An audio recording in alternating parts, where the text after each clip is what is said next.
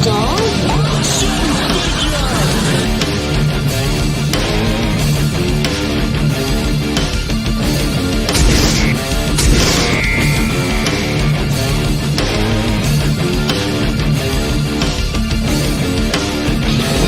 do it, Wonder Wheel. I don't want to go through life being a Wonder Wheel murderer.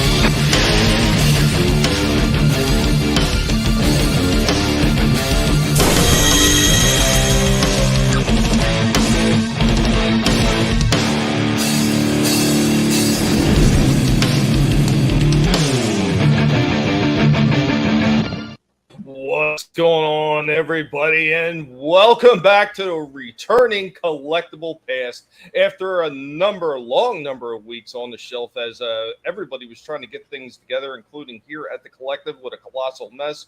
We are back in the saddle again, and we are joined by an awesome host, as always, a panelist. We got our co-host, Vinnie. Hey everybody! Yeah, man, dude, I'm happy that we're back, and even happier that we got some awesome people on this panel. That's for sure. Damn yeah, right. dude.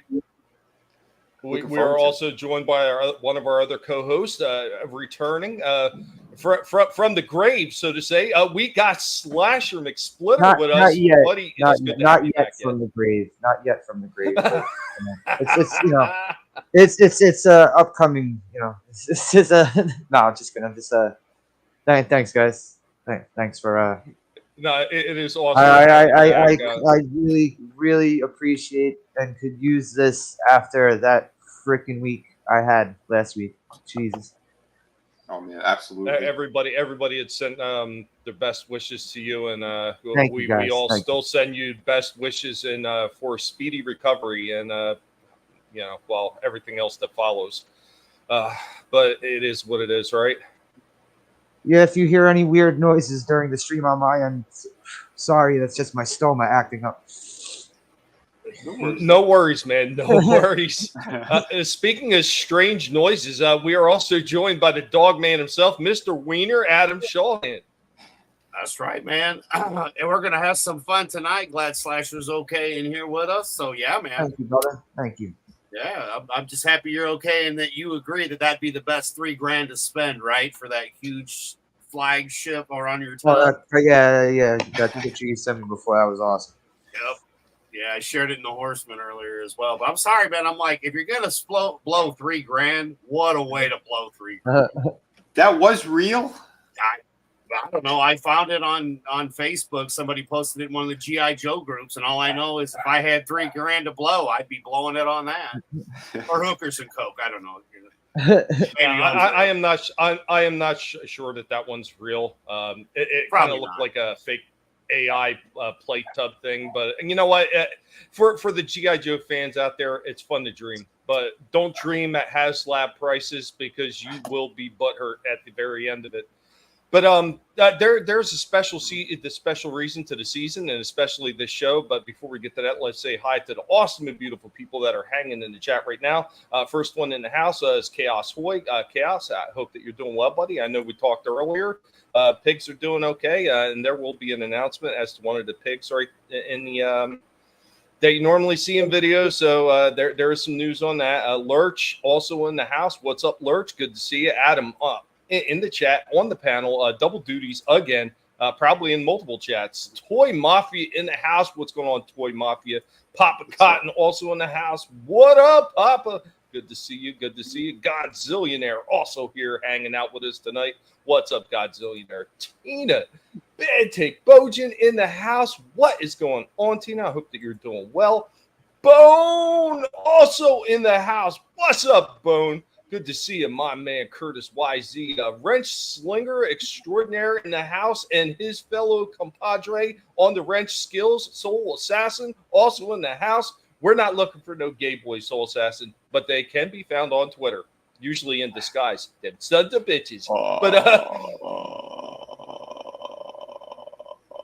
Ribbit.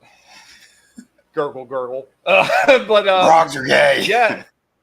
So the title to this show is End of an Era, and I will be kicking it off. And the video will explain why it is an end to the era. I'm going to be honest, as I got through the bulk of these videos today, for a very special boy at a collective. It almost brought me to tears. It's a sad moment for me, but you know what? It is what it is. So here we go. This is going to be broken into 3 clips, and as always, we're going to talk in between. And guys, in the chat, be sure to share the links out there and let everybody know we're here. For those of you watching on the different platforms, thanks for joining us. Be sure to share it out there and let everybody know we're having some fun talking about the collectibles that we love. So here we go with our first entry into this show. Guys, we are hanging out with Cliff Jumper, the master of the Transformers. Cliff Jumper is unfortunately moving into retirement, right, Cliff Jumper? Happy retirement. He has put in over 3+ years of service for the collective as far as Transformers-related videos concerned, but because of the recent health issues he had and just moving into a more relaxed state over here at the collective, Cliff Jumper will not be taking part of the toy videos anymore. Cliff Jumper thanks you all for watching, and he hopes that you enjoy this Transformer related video. Right, Cliff Jumper? Oh yeah, it's time to pig out, transform. Guys, with Cliff Jumper leading us in, even though he's not going to be sitting out here with us. Retirement is something, isn't it? Oh, we got another one here from Transformers. We've got Transformers Legacy Evolution, part of their Generation 2 universe. We got G2 universe. We've got Grimlock. This is probably one of the last ones that I was able to get before it completely ran out of funds to purchase anything else. And it always happens this way. Every time you run out of money, that's when the stores seem to be flooded with all kinds of really cool stuff. This guy is on the way out on all the shelves right now. A lot of this G2 Legacy Evolution stuff is disappearing for the United line of Transformers toys. But this one is looks pretty interesting. Once again, this is the same thing as the G2 Jazz, the G2 Mirage. These are unreleased G2 colors that Takara had planned for the G2 universe. I'll be putting a picture right up on the left-hand side of the screen so you can kind of see what the original concept art looked like.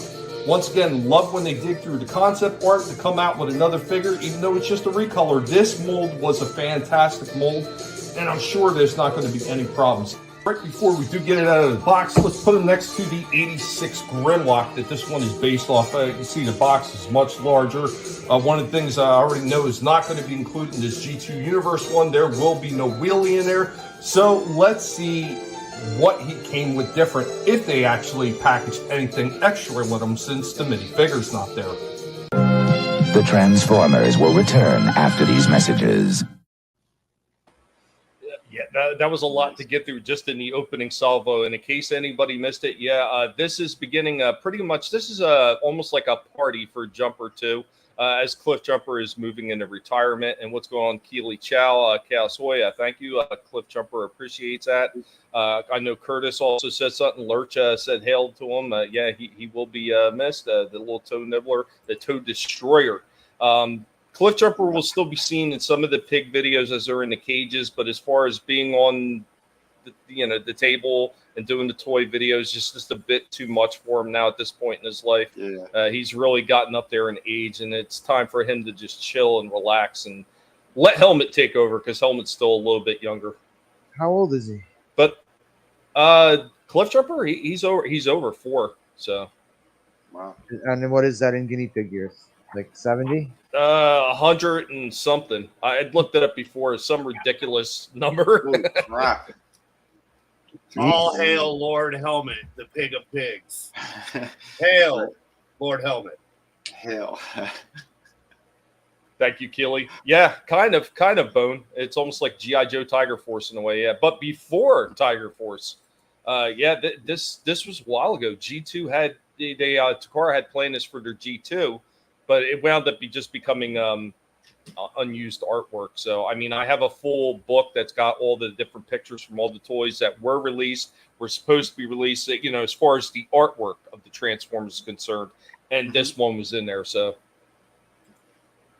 But I don't know. What do you think about the opening salvo on that? Is it kind of got your interest peaked a little? Yeah, it is kind of cool. I mean, just like the paint jobs alone and the packaging, how they change everything. And I did notice it is a much smaller packaging than the original very one. small. Yeah, which is that is. Oh, go ahead. No, go ahead. Go ahead. Yeah, no. I was saying, yeah, for them to do that means that they're trying to package more things in the overall and the larger shipments that they put out. So I don't know. That's a good sign, I'd say. Considering I know that there's a lot of theft going on right now in stores, so they're shorting a lot of these things. But if they're making smaller packaging, they want more figures in the overall boxes. Well, I have a story for that one that I had to clip out of this. It's going to be in the full video that I will eventually put up on my channel. So there was a certain Walmart that I go to that I've been finding a lot of these figures. When I went to the Walmart, I seen this damn thing and I was going to buy it at Walmart. So I grabbed it, took it. I've told you this story, but I don't think I told the people in the chat. I took it up to the front, not even thinking about it. Just grabbed the box, got it. I'm going up to the front, get up to the front, and I go to get ready to scan it. I was like, I shake it. I was like, this feels light. This feels light.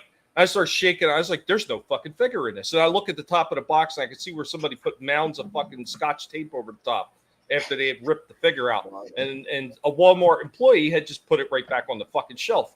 So I took it over to the cashier lady at the fucking self-checkout, told her, look, this is an empty box. Did you already pay for it? No, thank God, because then I go through the problem of fucking returning a fucking empty box while I'm standing here in line. And she said, oh, okay, well, I'll make sure it's taken care of. A week later, I go back in the store and I go to look. Oh, look, they got another G2 Grimlock in. I pick it up. It's the exact same one with the tape on it. I threw that motherfucker on top of their toy shelves. A week later, I come back in. It's off the top of the toy shelf and right back onto the on again, where the fucking somebody could grab it. I was like, "Are you fucking kidding me?" I had my phone out and I was looking for a store associate to come by because I was going to ask him, "Why do you want to rip off consumers?" My channel wants to know. The people in my chat want to know why you want to rip people off, but nobody came by. I was like, "Shit." Another time, because I'm sure it's still fucking sitting there, fucking Walmart. You need to do better. Yeah, awful. Like I said, next time maybe. Well, and again, yeah, you got to leave it where it is because if you do something bad to it, they might blame you later. Yeah, that was the problem. Say, I wanted to set it on fire. I know, just like crushing it a bit or putting your fist through it or stepping on it. Hell, at this point, just open it up. Right. I mean, it's already missing the figure. What are you going to say? You put it in your pants or in your pocket? Be like, it was never in there to begin with, you dillweed. Or bring a marker and just write on it. There is no figure inside. No kidding. It's figureless. It just breaks some post-it notes and just post-it note all over it. No figure. Well, it would be funny to go back in there with it and be like, you realize for the last month I've turned this in how many times and you guys keep putting an empty thing on the shelf? Right. Like, no, this is unacceptable. I'm sorry. Do your job. It is. And Souls has to know they have not caught me yet. They have tried, but they can't catch me. Yeah, the GPNN, Guinea Pig News Network, where there's a story, there's a nibble. That's right. I know Chaos Boy has been trolling Disney on X, and it has been glorious. Let's get into the second part of this Grimlock.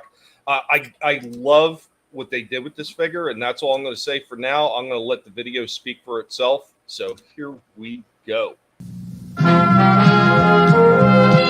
We now return to the Transformers. Me, Grimlock, not nice dino. Me, fast brains. Here we go with our G2 Universe Grimlock right out of the box. I know these colors are wild and crazy looking. Let's go ahead. We'll put him next to the original 86 and see how he looks next to him. And here we go with both of them side by side. Absolutely nothing has changed in these two other than the color changes. Everything that seems pretty sturdy about this bot, much like the 86 one did. So, I mean, that is a big plus. I really do hate when they reuse molds and you get the degradation in the molds and the molds feel the arms are sloppy or the legs are sloppy. This one doesn't seem to have it. So I'm really happy about that so far. So we're going to get out his one extra that he comes with, because he only does come with one, and we'll place it next to the 86 Grimlock with his extras. Me, Grimlock, need new strategy. Here we go with both Grimlocks in very similar poses.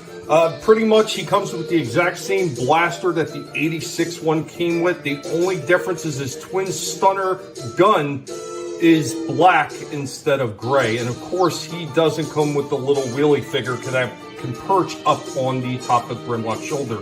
There are the ports still on this one, so you definitely could move the Willy over to it.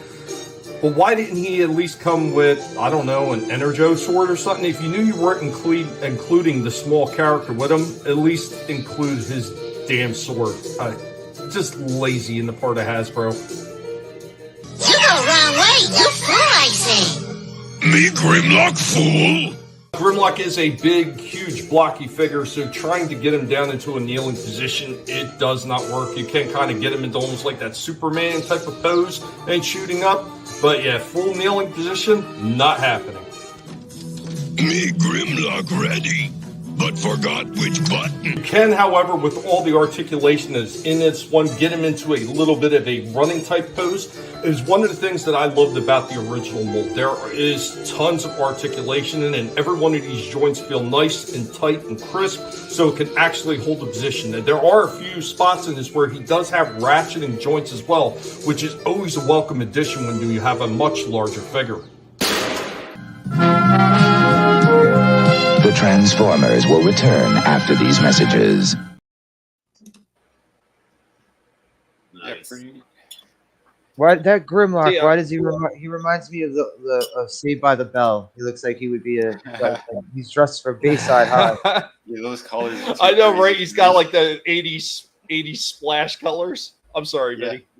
Yeah, no, I was saying that. Yeah, his colors are they're not my cup of tea, but you know the pink shorts there.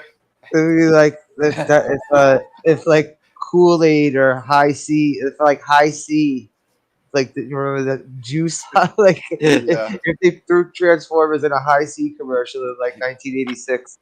You'd expect it out of like McDonald's, right? With the High C orange drink or fruit punch that they have, you know, it would just go with the drink. Me Grimlock, oh yeah. But like I said, the one thing that really did irk me a bit about this one, they knew they weren't including the wheelie figure. So just as Twin Stunner, why not throw an Energo sword? By this point, they've already done a couple of the other Dinobots, and one of the other ones, I think it was Slag, or was it Slag? Slag came with the sword, I think, or I forget. I'm pretty sure one of them came with a sword at this point. They should have threw a sword in with this one. Yeah, that would have been good. It would have made sense. Chaos Hoy, they did do a Dragon Transformer. There's I forget which series it's from, but they have a Megatron that turns into a dragon. Yeah. So I was tempted to get in him, and I eventually did not. Because at one point he was going for he was like they had him like on a super sale at one point. I think it was like around $20, but at the time that's it's a good like price. I know, but even at the time, it's like I was buying other stuff. It was around the holidays, maybe 2 years ago, I want to say. But I'm like, I had it in my hands. I was going to the register, and then I stopped myself. I'm like, yeah, I can't. I couldn't justify it at that point because it's like, yeah, you know, some days you're extra freaking choked, and it's like, nah, do I need it? Do I really need it? I know that feeling. I mean, the very few things that I did pick up this month, which I'm not going to be able to show off until at least starting next week, maybe even the week after. I was hard pressed just to pick up the few things that I did pick up, and they kind of hurt me a little bit. So, yeah, always hurts the wallet, my friend. Always. It really does, doesn't it? And there's things that you know you'll never find again. Yep. Yeah. Well, you know, it's those things that you know you'll never find again. Because it's like, oh, yeah, I did that with other figures. It's like they were sitting right there. I'm like, I'll get it next time. There's about 4 or 5 of them. You come in, like, you never see them again in stores. It's like, great. Yeah, there is no next time. Chaos Hoy, saved by the Autobot Bell. And what's going on? Scotsman. What up, man? Hypercolor. Yeah. In case you didn't catch that, unreleased G2 artwork from Takara when they were going to do their G2 Wave 2 line. They just never released it. Don't hate on High C. That was just shit next to Kool-Aid back in the day. I don't hate on High C. I like you know, I used to like High C. Oh, but I mean, it was haven't had it in forever, but right. But it was always orange or fruit punch. Those were like the two you'd find in the restaurants. This is what I'm talking about right here. And Bone went where I was planning on going. Ecto Cooler, Yeah. yep. Well, yeah. Anyone remember the snot-filled Ninja Turtle pies? Yep. Yeah, Soul Assassin, me too. That's one of the reasons I really love what they're doing with the Turtles of Grayskull, the Motu TMNT crossover. They are including mini comics with those things to tell the story of why that line is happening. So that's pretty cool. I just wish more of these companies would do shit like that. Right now, Mattel is just killing it with that freaking line. Absolutely killing it. Yeah, that is awesome though. No, They did that. No, it is incredible. Incredible. It's a pretty decent story, too. I was actually surprised. I wasn't sure I was going to like it, but it's not bad. Oh, hot damn, my last one is just finishing up, Vinny. Hot damn. Yeah. Sweetness. Yeah, uploading while we're streaming. Always fun for my freaking horrible internet. But let's hit the third part on old Grimlock here. And we'll get the full scope what he looks like in his dino mode. And you know what? I cracked up a little bit. So here we go. We now return to the Transformers. Me, Grimlock, know all about wipers. Want to hear good part of story? Grimlock in a big, wide stance right here, showing off some more of the points of articulation. Of course, the bends in the knees, the rocks down at the feet, the big, giant ball joints and pivots that he's got up in the shoulders. Of course, he's got the turns at the biceps, got some nice elbow cuts right there. There is a little bit of hand movement as well. The hands do turn side by side. They don't rock at all because it's part of the transformation. They just kind of rock in. He does have a little bit of turn and ball movement up at the top of the head. Not a whole lot, but there is some right there. And of course, he's got a pretty decent waist joint. Now, the way the cuts work up at the hips is he's got the big side swivels on the legs so they can go out sideways. Plus, he's got a turn at the top of the, I guess it's the hip joint, that actually allows for some very good back and forth movement there as well. Once again, they did not do anything to destroy the original foundation of the mold from the 86 figure, so it carried over very nicely into this repaint. Me, Grimlock, want to munch better. And here we go with Grimlock all transformed. Gotta say, even though the color is a little strange, I am not hating it. So let's take a few more shots of him in his dino form. I, Grimlock, used my rear molars. And you can see right here, he does have a little bit of knee joint manipulation, even in his dino mode. And of course, his little arms move as well. He does have like the hinge right there in the elbow. And he has a little bit of a ball, so you can get a tiny bit of movement out of his little T-Rex arms. With some Autobots, you have to explain everything. And here we go with the last shot with him with his mouth open. The mouth does open up quite far, and there's actually a port on the inside of there. So if you have a blast effect, you could put a blast effect coming out of Grimlock's mouth to simulate him throwing fire. So this one, much like the other one, I do really appreciate. The G2 colors, although strange for most people, because I know that this was unreleased artwork from Takara for part of the G2 line that they had planned, I really do like that they did this one. For us, this is much like the 86 Grimlock. This one is damn near perfection. Guinea Pig Collective is going to give this one 10 out of 10 toes. Me, Grimlock, laugh! Cliff Jumper hopes that you enjoyed this one, and he hopes that you keep coming back. He says, even though Dark Helmet's taken over, remember, I'm still here. I know, Cliff Jumper, we all know that you're still here.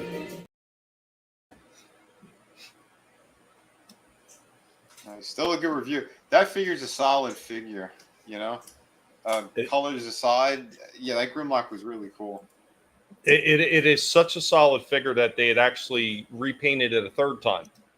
So pre-orders had already started for the comic book colored version of Grimlock. And the only thing that changes about that is like the head is blue and the legs are blue instead of gray. And yeah, it's just, another repaint of the same mold. They did the same thing with Blaster. They've done Blaster 4 times now. So they did Blaster and Kingdom. Then they did him in 86. Then they did him as twin cast, and they also did him at Legacy. They released him more than Soundwave, and Soundwave was the more popular of the characters that were, Boombox related.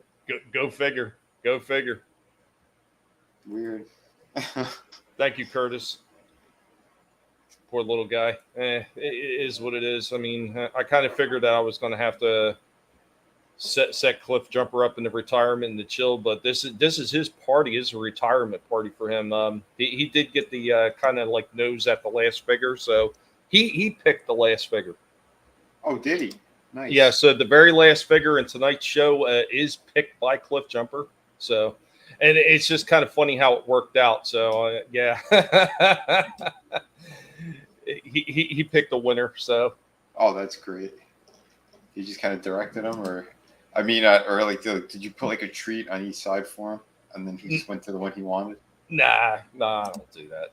Just to let him know that the one he thought he wanted. So, you had a couple of them just lined up in front of him. Yeah. Oh, okay, gotcha. Walk to the one that you wish to be the review. Did he leave any jelly beans? He did. That's how he knew which one to pick. That's great. Or that was his review for the figure. 1, 2, or 3 beads were left. He's like, here, it's a McFarlane figure. If it's a McFarlane figure, it wound up being a shit sled next to it. Fall apart as soon as he looked at it. Oh man, that's great. He probably would have kicked it. Guinea pig drop kick. No, I hear you, Soul Assassin. I know a few people that's what they grew up on. I remember Beast Wars, but I was just not a huge fan of it. I mean, it was okay for what it was. It just, it wasn't my thing. What was Beast Wars? Late 90s? Beast Wars was like... that was like late 90s, mid to late 90s. Yeah, it went from that into Beast Machines, and then went back to... I only ever saw G1, man, the original stuff we grew up with, Tommy. After that, I was working, so I didn't pay I didn't have cable or anything. Mm-hmm. Well, that's what got me to kind of watch it, because I heard that there were characters from G1 that were in Beast Machines, and they had Starscream. It was like the ghost of Starscream. He like went into what was his name, Waspinator, and then there was another episode where I guess towards the end of the seasons, like the last season maybe, where they get into like the big arc, and you see all the robots that they're all Autobots and Decepticons. They all their bodies are all there, and the Megatron from the dinosaur one, he shoots our G1 Optimus in the face. He blasts his head off, and they have to reconstruct him. But in the meantime, they don't want his spark to disappear or whatever, so they take the Matrix of Leadership and they put it into the monkey Optimus, and he almost like he retransforms, or what's the word when they like scan another thing? Like in the movies and shit. Like, I get lost on the movie stuff because I hated it so much. So yeah, well, I think they've done it. Like it's like scanning. Yeah, almost like a reformatting or something. But like, so he's like part monkey. He's like part monkey and almost like part like truck machine type thing. Like he grew as well. Like he was about the size of regular Optimus. But in the meantime, like they reconstruct his face, and by the end of the episode, they put the Matrix back into our Optimus, and you see him like he looks up at them, and then he goes back to sleep. So I thought that was kind of cool that they put him in there. It's too bad they didn't like turn him into Ultra Magnus, like how he was supposed to be. Like he blew his face off, so this is now the upgrade. Well, the monkey one kind of. He had a couple of vehicle forms that were like he was like a triple or a quadruple changer. Holy cow. Yeah, it was crazy what they did with him, because he did robot, monkey, ship, and tank. So it was he transformed to 4 different things. Right. Yeah, it was wild. Chaos is back with animal trading for toys. Mm-hmm. Soul Assassin also says Ravage appears. Oh yeah, that's right. I believe he did. Yeah, they did some cool stuff. I mean, it's been a while since I've seen them. I just remember the key things. And then when they went to Beast Machines and went back to Cybertron, and there was parts of it I thought they were really cool story-wise, and then other things that were just like, oh, that's terrible. So that is what it is. Well, I'm going to show one more, Vinny, and then I'm going to pass it over to you. And then after that, if anybody else has anything, you can absolutely go. So this is another one. Some people may or may not be familiar with this character. Most Transformers fans are familiar with her by now. And I wasn't sure what to think about this figure when I seen it, but it was on sale at Target. So I was like, I'm going to get it. And it's actually a pretty damn decent figure. And I was actually shocked how much they put in this. So this is actually from the new United Legacy line. So here we go with the next Transformer video for Cliffjumper's retirement party.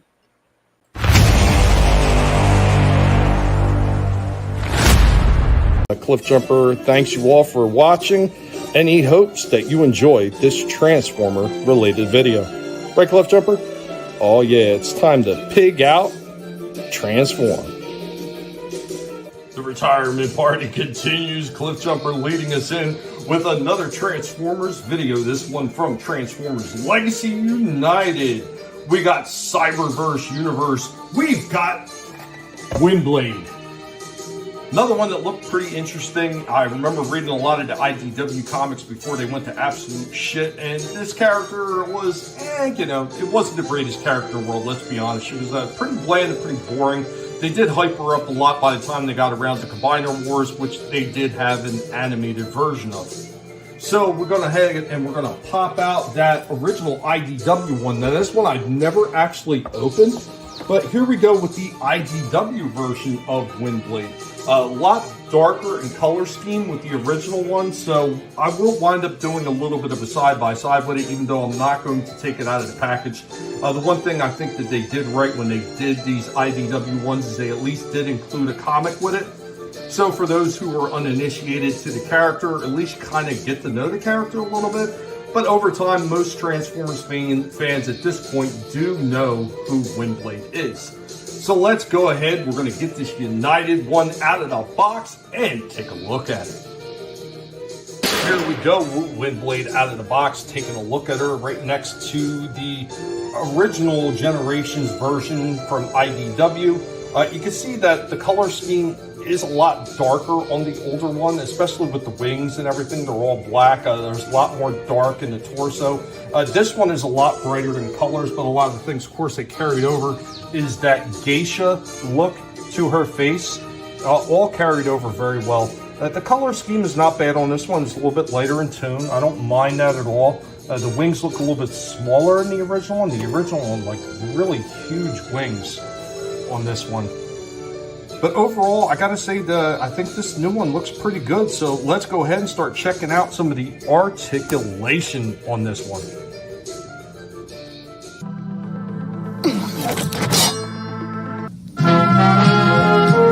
The Transformers will return after these messages. I don't know how well versed you are in that character, Vinny. Oh, no, not at all. I never watched that. No, Combiner Wars is pretty good. You can find it up on YouTube. I think they got the entire thing up on YouTube right now. It's a pretty interesting story. It's one of the stories, like, it's right before IDW really goes to shit. Okay. So it's like a halfway decent story. It's not bad. And that's where the Windblade character actually gets a little bit more violent. I guess is the way to say, because before she was very bland, and she's just known as the city speaker because she's talking to a Metroplex that lost his ability to speak, and she's the only one that could communicate with him. Oh, okay, that's pretty cool. She's got an interesting design. No, I like the design. I like the geisha look to it too. Yeah, that is pretty neat. I like we have Batman down there too. I have Bat Wiener Dog. Where is he? Let's see the next clip. Why did you say that? Here we go with the second clip for Windblade and get into the articulation. And I think really this is where this character shines. There's a ton of movement in this one. And there's a few extras in there I didn't really expect until after I got into the review. And here we go. We're going to let the video speak for itself. Okay. We now return to the Transformers. Here we go with Windblade in a bit of a pose, putting her hands up on her hips. She does have this little piece that actually accentuates the geisha look. It's a little bit of a, like a, I forget what it's called, like a fan or something in the back of her head. She also has a port on the side of her hip that you can actually put her sword on as well. That's pretty cool. So let's go ahead and check out the rest of the pose ability on this one. Go, got her in a nice big wide-legged stance, got her sword out, ready to strike down on an opponent. Here we go with her ready to start running into battle, showing off all the articulation and is down in the knees with the joints, got the rockers down at the feet. She does have a bit of a waist turn. She's got a little bit of ball and rock at the top of the head. Got decent turn and pivot up in the shoulders, as well as a bicep cut. Joints at the elbows as well. Along with all the points of articulation that this one already has, and I'm able to show off right here, she also has a turn at the hand, accentuating a lot of that posability that you can get this one into. Absolutely stellar so far. That's what they all say. While she can get down into a kneeling position, it is not the greatest.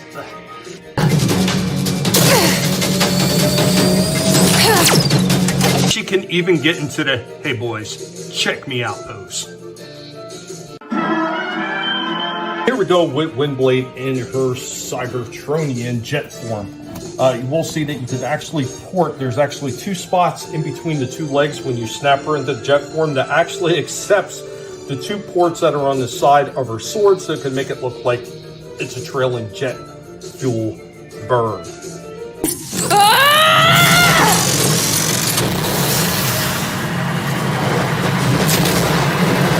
You can also see in her jet form, she has these two movable foils for lifting vertically or to create her wind effect, which she is known for. That's why she's called Windblade. Really nice touch that they added that in there. I think that's really cool. Because there is a slight lack in articulation, I cannot give this one a perfect score. I will say overall though, this is a very nice figure. If you're thinking about picking this one up, I could definitely recommend this one. This one is absolutely a 9 out of 10. I will have my revenge. I am Windblade. The Transformers, more than meets the eye. The Transformers. Yeah, she's cool looking. I really like the jet form. Yeah, pretty sharp. I think the clips kind of give you a little bit of her character. I know Papa wants to know if he could do extra stuff with her. Papa, you can use your imagination and you could do whatever you want, buddy. Curtis is asking about flexibility, huh? We're not going to. Yeah, Lurch. I'm sure somebody is. And what's going on, Time Prophet? Go ahead, Adam. Oh, I'm just saying, none of us are going to judge you. You do you, Papa, all the way, baby. But I think showing those clips from the Combiner Wars was really essential to really show off like how well I think that they captured the likeness of the character with this figure as opposed to the original one. The original one was just so much darker, and I don't think it really captured how she looked in the pages of comic, let alone how she looks in the anime version as well. Yeah. I know the clips that you were showing too. Yeah, I thought it looked pretty good. That's pretty cool. What I didn't show is who she's fighting in all those clips. Oh, okay. Optimus Prime. Oh snap! Yeah, it's pretty funny. Optimus absolutely fucking owns her. Oh wow, that is great. Good, you gotta keep those robot bitches in line, right? Right? You know it. And Prime wasn't even trying to fight her. That's what I was saying. Like, if you haven't watched the Combiner Wars cartoon, you should. I wonder how drunk Papa is by now. Like Pop, I hate to tell you, there's a whole bunch more toy clips, and they're all Transformers, my friend. This is going to be the night we put Papa down. We're going to hear about the man from his state getting rushed to the hospital for freaking liver poisoning. Oh no. Oh, we love you, Papa. What's going on, Monotony, man? Good to see you, man. Good to see you. Guys, thanks for joining us. Vinny, I am going to hand it on over to you. I still have a bunch of stuff here, but goddamn, we got to give somebody else a chance. Let's wish Cliff Jumper a happy retirement and give him something else to look at. That's right, man. Yeah, Cliff Jumper's the man of pigs. He's the pig man. He's the pig man. No, but I did see. Yeah, Tony had posted something in our group earlier. I thought he'd be popping in here, but yeah, there was a little bit of a leak with the new Switch that's coming out. So yeah, Tony, if you want to stop in, come on in, man. Come on in and let's talk about this. Yeah, if you got some time, jump on in. In the meantime, in the meantime, we do have we got a pretty cool figure. I teased them on one of our last toy streams, but here's the full review on Green Goblin, the Willem Dafoe version from No Way Home. And again, I think this is a pretty damn awesome figure. He was not easy to find. Had to get him online. This thing sold out all over the place.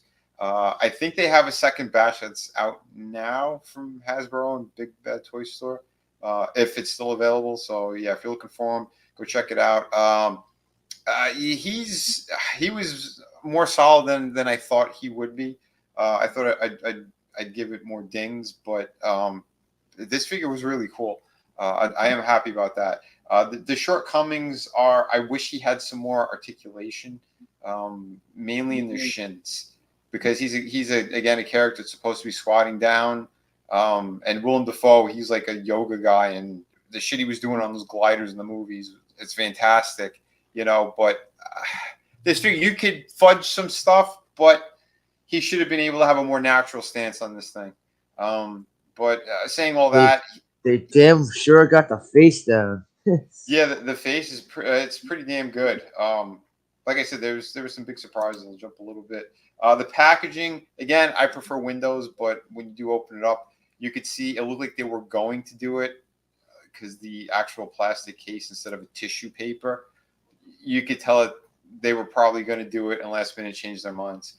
So, but I know like they're doing away with this type of stupid packaging where you can't see the figure itself that you're buying.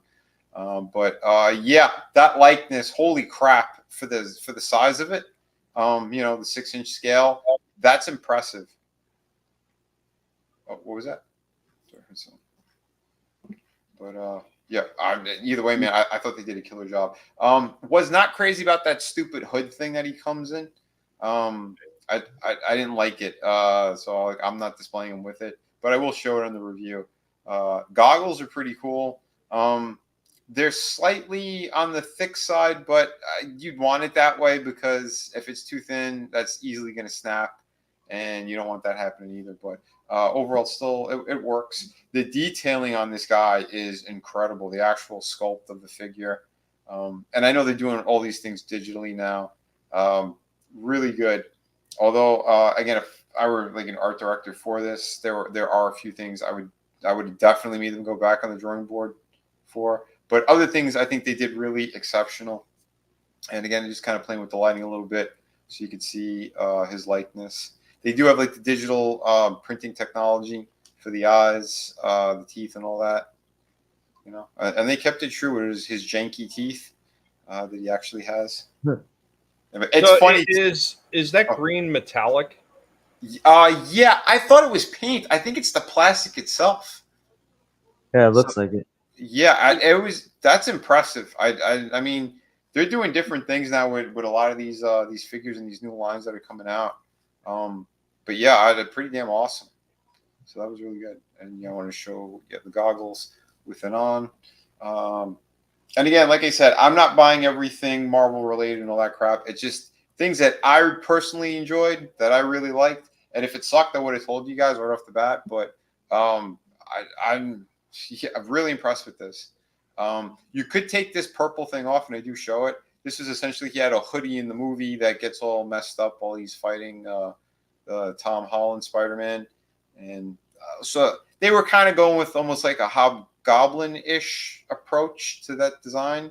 Yeah, well, tattered though. The which is still cool. I mean, it still kind of works. And for what they did in the movie, I was happy to see that, and I preferred him without the mask in that film. If you're not going to do, the way he's supposed to look with like that rubber mask and all that, because I was never crazy about this Power Rangers design from the original movie.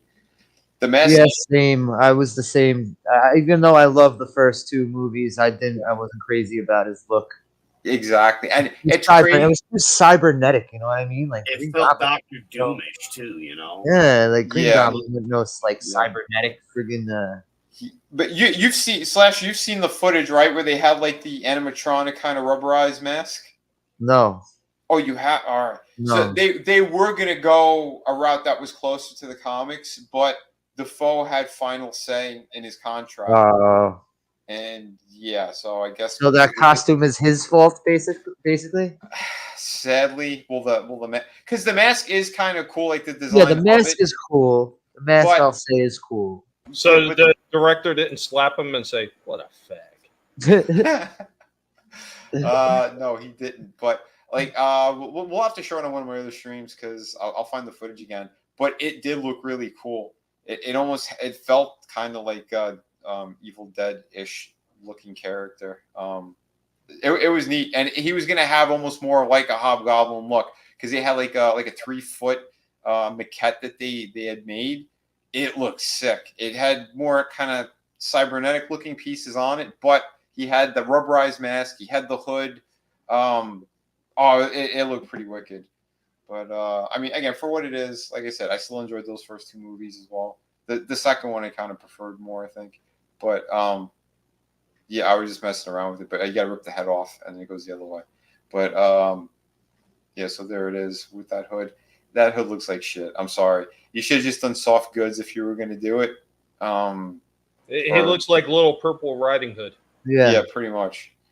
Like I don't like it, and you could do it like that. Although he never wore it like that in the movie, but I do take off the purple part because it looks too thick and chonky. But as soon as you take off that purple part, yeah, you have closer to the original movie, which still it looked good with the extra details that they put on here.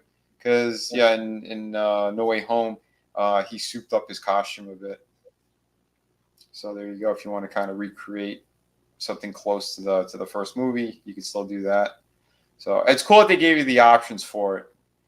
And the glider, holy shit, man! This glider is beautiful. Every bit of detail on here, the design itself, really, really nice. The connector part, I thought maybe like this extra flight stand thing, they could have done a little bit better. I know like they reused something from another, I think it was not Hobgoblin. There was one that had like a fire like glider, one of the other Marvel the Demogoblin? I think it was that one. The one that Hobgoblin was like possessed by. Yes, he was like black and orange. Yeah, I think he's called a Demogoblin. I think so, but his glider was all fire, and it came with another figure. He was like a Build-A-Figure set or something, and I remember I had gotten just a fire glider with another figure, and it comes with that other flight stand. So it's the same one. I think they used it in the Star Wars figures as well. Those flying vehicles from Return of the Jedi. I can't remember the name of them right now, but it had the same kind of clear plastic thing. So there's 3 points, and you could, depending how high you want it, you could flip it over and just plug it in. But you really have to force it. Like speeder bikes? Yeah, the speeder bikes. Yeah, thank you. Because yeah, I know the speeder bikes had the same exact design, clear plastic part. But yeah. Sorry, yeah, I was having a brain fart. I've been having late nights again, folks. So sorry. But yeah, the glider is just, that thing is beautiful. Everything they did on that is pretty killer. Bro, I'd have to hang it from the ceiling, bro. It wouldn't need the damn. Oh yeah, that's true. I would hang that sumbitch from the ceiling. There's no way I would have to. Yeah, that's just sick. Yeah, dude, it's great. And those foot pegs do come off because it has like a rotation on it. Like there's like 2 points of articulation on the actual part that connects to his foot. I think the pegs in his feet should have been deeper. They're too shallow. So if you have a regular stand, he won't go on it properly. So he's made specifically for those. But again, they should have made it a little bit better so he's more secure. But the ankle joints and stuff, they are strong enough. They hold them up properly. The plastic they use is very solid. So it feels good. It's a sturdy figure. And yeah, I had to show him what the Dr. They look good together, man.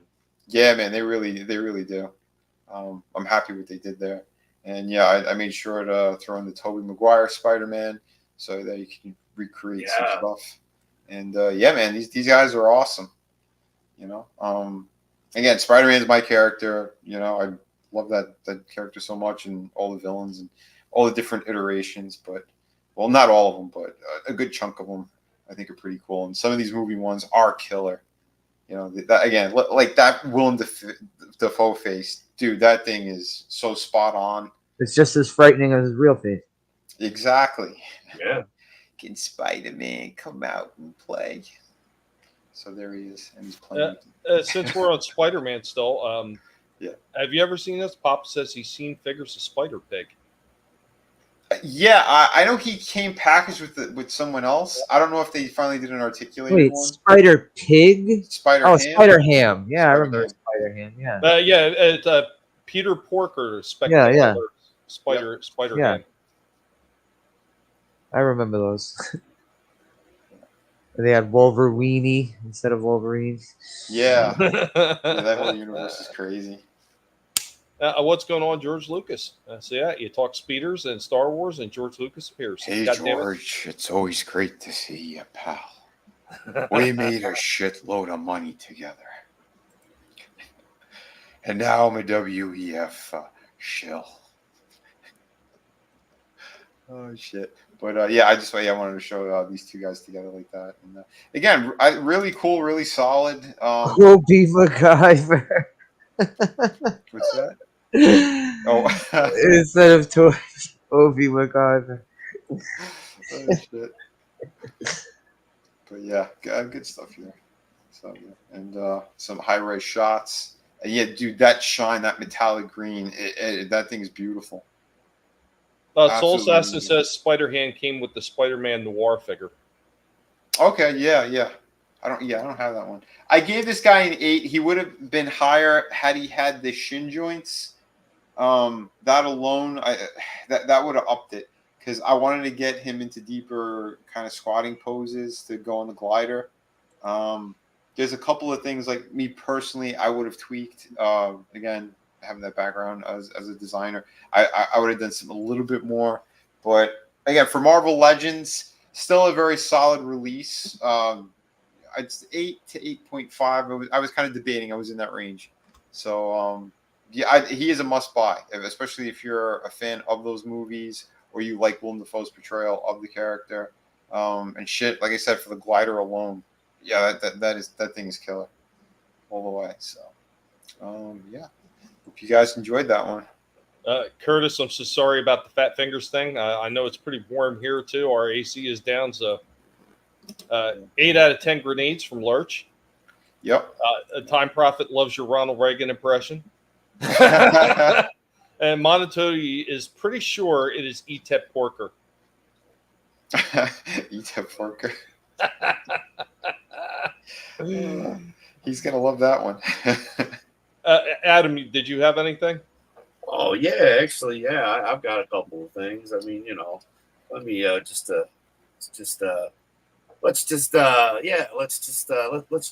you know, I do got a bad head on me, so let's hear something here. What do we got over here? Oh yeah, it's something that Vinnie sent a couple weeks ago. Oh, and yeah, that's right, that Joker. Yeah, look at that. Isn't that sick as hell? He's a cool. So one. Yeah. I hadn't Again, seen this one anywhere. So yeah, thank you, Vinnie, because yeah, that was awesome. And I got him up that's in the back corner there hanging out. That is hilarious too, Adam. Because I know Vinnie for a little while, Vinnie was saying he was only seeing a few here and there, and then he started seeing a lot of them. Trina says she didn't see him at all in her stores at first. Oh no, my stores were loaded with him the entire time. The entire time. Wow. Yeah, because I did not see him anymore. The Superman, I still see him every now and then, but yeah, that particular Joker, no, that was one for my collection. I know that Adam was he's a massive Joker fan, so I'm like, yeah, a little bit, just a little bit, and then the big box, just a smidge, held the brown leather strap. So yeah, we've got a actual big gold belt with the brown leather strap. So I don't know, there could be a couple different things going on with this here. We might have a new Wukulian order title, that we actually make ourselves with the lovely strap and the nameplate. Or if I decide to take one of the big golds off, because the one Booker signed, I could always put the actual title on here, and then it would look like when Flair first had it, when it was brown, not black, supposedly. But yeah, this was again another compromise on eBay that I'd forgotten about. Like, how it says it expires? Well, apparently it didn't expire, because like a month later, the guy accepted it. So I was like, oh, cool. So that was a shock. And then what I was telling you backstage, which I'll just save that for another show.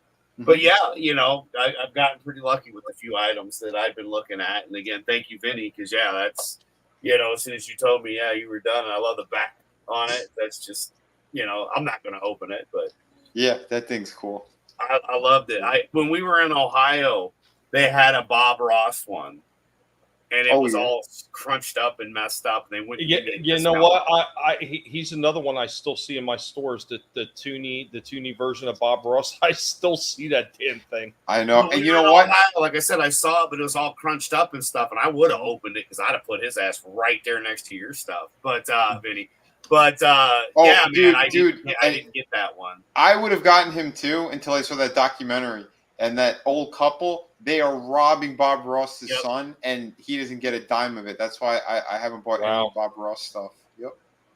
That's terrible. Soul Assassin says brown leather straps, easy, Shaw, man. Don't say that in certain places. You might get unwanted friends. Oh shit. Jesus Christmas. What is this chat evolved into? I'm going back to saying goodbye to Cliff Jumper's performance on the toy stage. This is what happens when they don't have Toy Collectors Pass for a while, Tommy. I know. It's my fault. Actually, it's not my fault. Somebody else's fault. But yeah. So Papa, wherever you are, have another one. I hope your liver survives. Drink a little water in between shots. But this is another party. Retirement party video for Cliff Jumper. So that means it's Transformer related. Take that, Papa.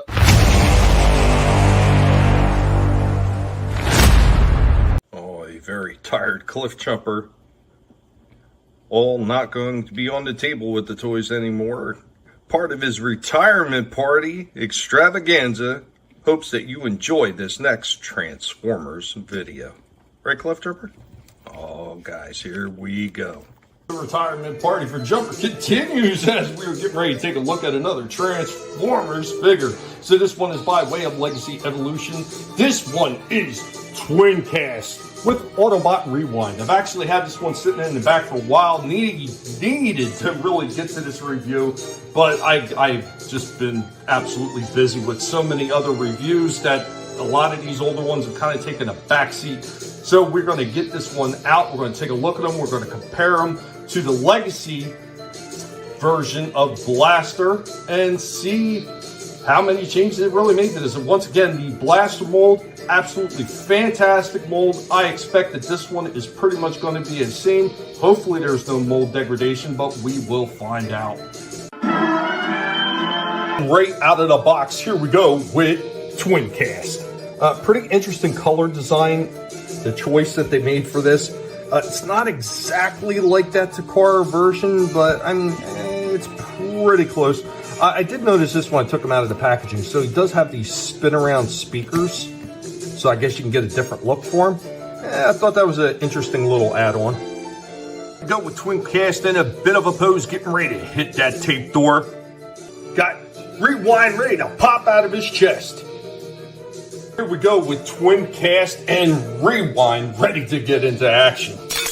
We go with Twin Cast in a kneeling position, along with Rewind also in a kneeling position. Of course, the Rewind is a reuse of the eject, just in a slightly different color. Where the other one was blue, this one is the black color. So I don't have a lot of complaints in that aspect. Here we go with Twin Cast in a running position, using the back wall to just help balance them. But once again, not bad. Not bad. This is another one of those figures that it does have some pretty decent balancing in the standing position, even if you have to use something else to completely make sure he doesn't fall off his feet, but pretty decent. And of course, we got Rewind right here with the stand jumping into action as well. One more shot here where we got Twin Cast and Rewind right next to Blaster and Eject. Here we go with Twin Cast in his boombox form, and of course, Rewind turned back into a cassette. This one is a very solid figure, and we're going to give this one 10 out of 10 toes. The Transformers, more than meets the eye. The Transformers. I know that one feels like I kind of rushed through it a little bit, but at the same time I was filming this, I was also doing the 86 version of Blaster. So it was kind of like, how many times can I talk about the posability on the exact same mold? So I kind of I kind of fast forward through that one just a little bit.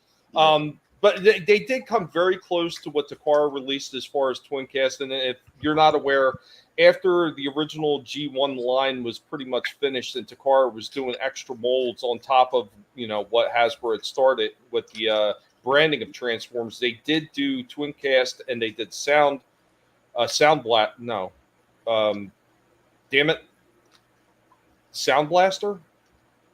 Yes, Sound Blaster. Was it Sound Blaster? Instead of Sound Wave, it was Sound Blaster. And they had a double deep deck.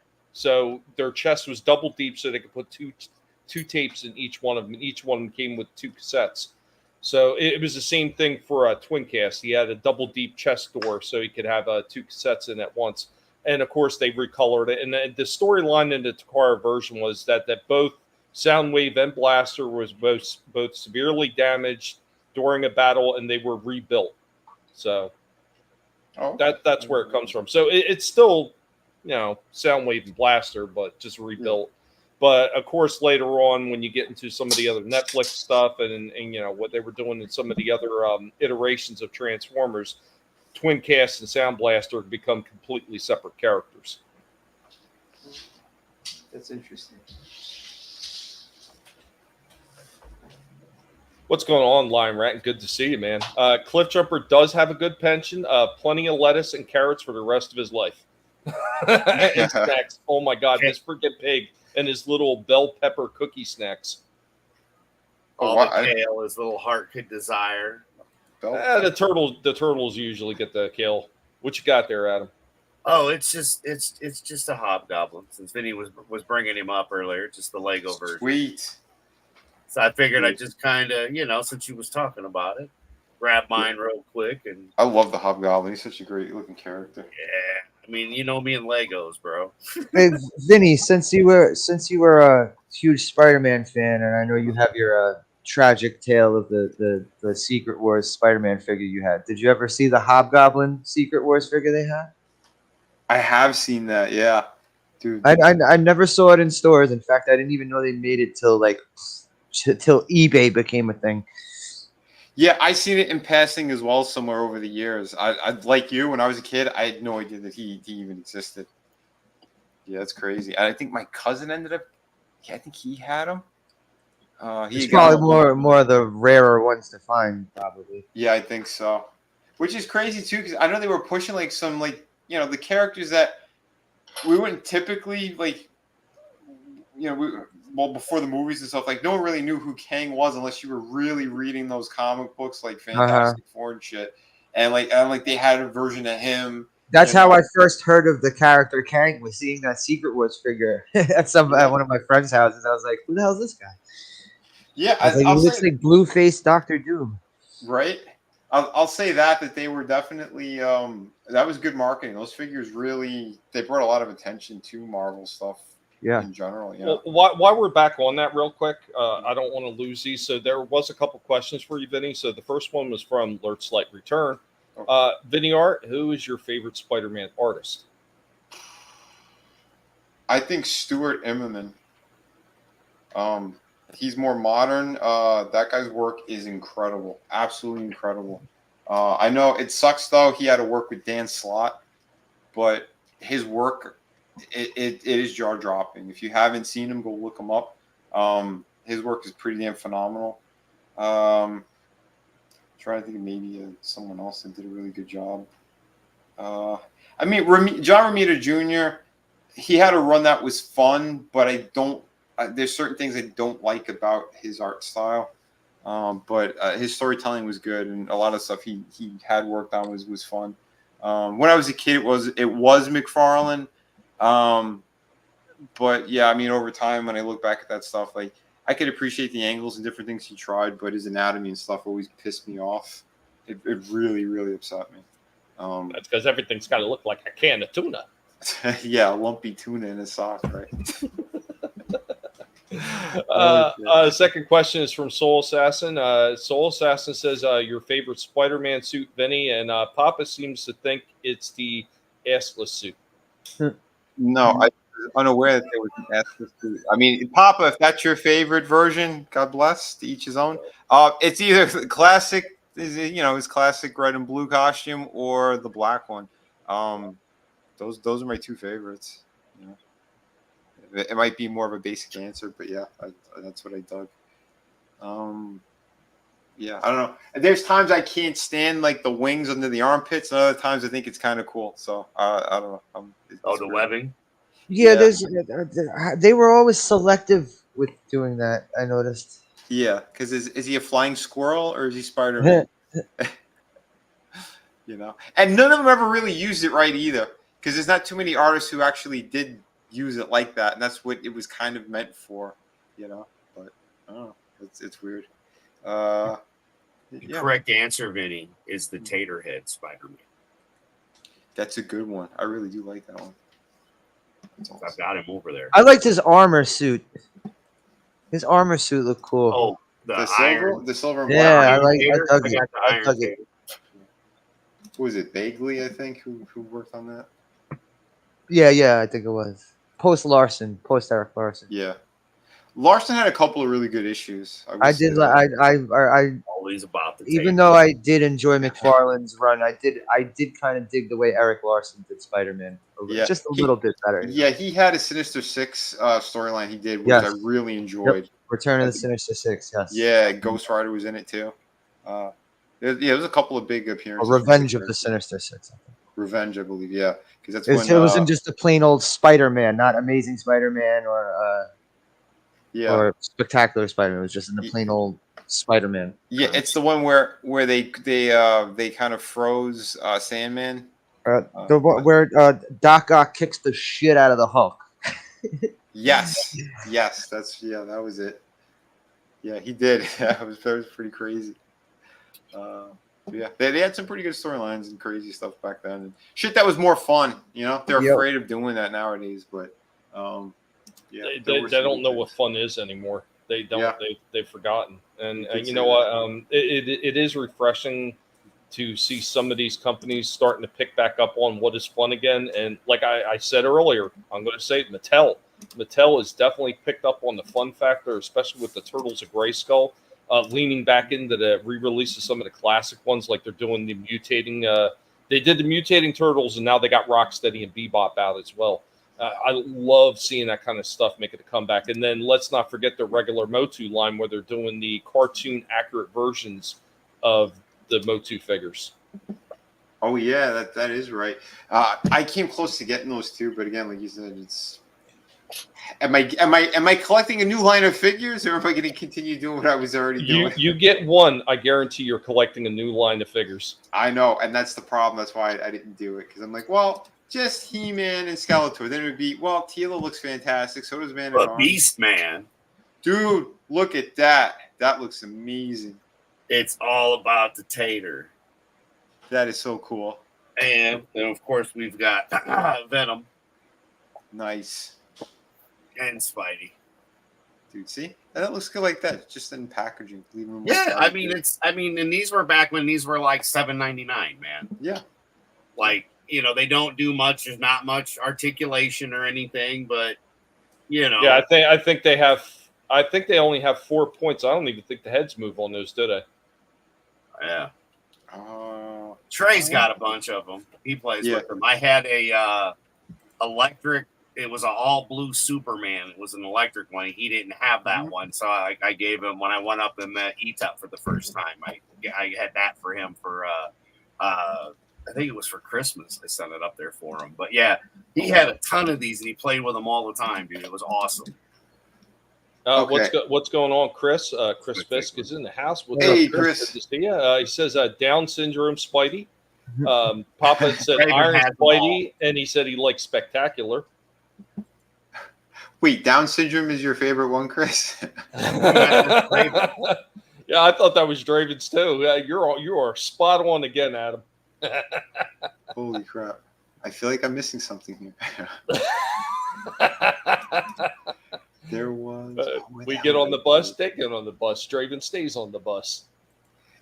When's the next bus? Tater Man runs away. He missed the bus. Oh shit! All right. There's something really cool that I do want to show. This kind of drove me because since we're still on the Marvel kind of topic, I was going to say this for later, but I might as well just talk about this now. There is an exclusive figure that's being released right now that sold out. I think yesterday. It was the pre-order for it. This was infuriating. So they had the proper Miss Marvel, or AKA Warbird, an exclusive. Oh yeah, I've seen pictures of this on Twitter. Yeah, dude, she looks incredible. Yeah, and that's awesome. This is a figure where there was only one other that was multi-articulated, which I may be reviewing soon. But this is the most articulated female figure you're going to find next to the other exclusive release. And this was also a Target exclusive. Again, pain in the ass. I can't stand that these people do this shit because she's supposed to come out in July. Good luck finding her. Within maybe a couple of minutes, she sold out. And it was on sale. So she was $20 instead of $25. And yeah, this thing has butterfly joints. Don't worry, Vinny. In about a few more days, you're going to find it all over eBay for $80. Oh, it'll be more than that. The son of a bitches, man. Yeah, good. Oh, I hate scalpers. I know. I'm going to have you keep an eye out because for some reason your Target is like a magic location. Right. But yeah, so July 21st, start keeping an eye out. But I'll contact the Oompa Loompas that I know that work at Target who acquire all the goodies for me. Holy shit! I mean, what they did too. She has a diaphragm cut. She has an extra joint by the hip, so she could go forward or backwards. The butterfly joints, ball joints in the shoulder, bicep, double hinge for the elbow, proper articulation in the legs as well. It's kind of standard with the other stuff, but again, multi-jointed. You could put this thing in awesome poses. I mean, again, she's an action character. She's supposed to have really awesome posability. So she's only the second figure that they had done like this, and that's my major gripe with Marvel and Hasbro. You are capable of doing this. Why do you keep releasing the same stupid female figures, the same exact bodies, when you could up it? You know what I mean? Well, real quick, Vinny, I want to touch on this with Soul Assassin. He said, I thought that design was a little too much for modern Disney. Yeah, it is. Mm-hmm. This is not actually modern Disney's idea to put this out. This is actually Hasbro's idea. Yeah. Because Hasbro, they'll come up with a list of things that they want, and they have to like communicate with Marvel and Disney about that type of shit. And since it is a female character, they were able to push female empowerment. There's ways of getting around it because I know a couple of people that were kind of higher up over on Hasbro. When I knew them, it was a Toy Biz side because I had done a couple of Toy Biz designs of like Spider-Man figures and stuff too. And again, being to a bunch of different toy fairs, I know kind of how they operate and how they think. One of the guys who left there was Bobby Valaverse or Vala. and he created Bobby Vala created Valaverse, which was his G.I. Joe, his Action Force stuff, which I've reviewed a couple of them.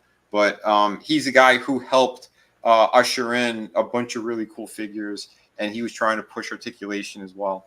And so that's why his figures are pretty damn amazing for what they are. Even though a lot of them are they're using the same molds or similar molds from other figures. But there's people who actually care that are behind the scenes, believe it or not. And that's why there's a few things I'll still get here and there. But this is a character I've wanted for a long time, and I'm like, great. I don't know if I'm ever going to be able to get this thing.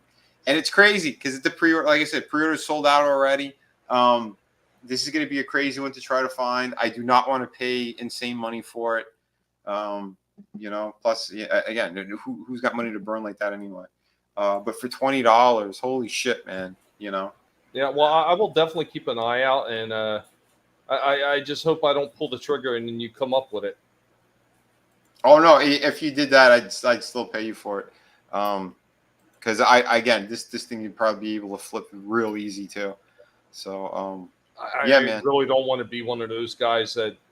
But then again, if I was to turn around and sell it, I wouldn't sell it for nowhere near what everybody else is saying. I would undercut every last one of them and watch them lose their mind. Why are you selling it so cheap? Just to spite you, prick. Well, yeah. Right. Well, and if it's another buddy of yours who's looking for it, you know what I mean? That's why I said. Yeah. Well, that's where I would go first every single time. Like if one of you guys were looking for it, I would ask all you. Look, I got this thing. Do you want to buy it?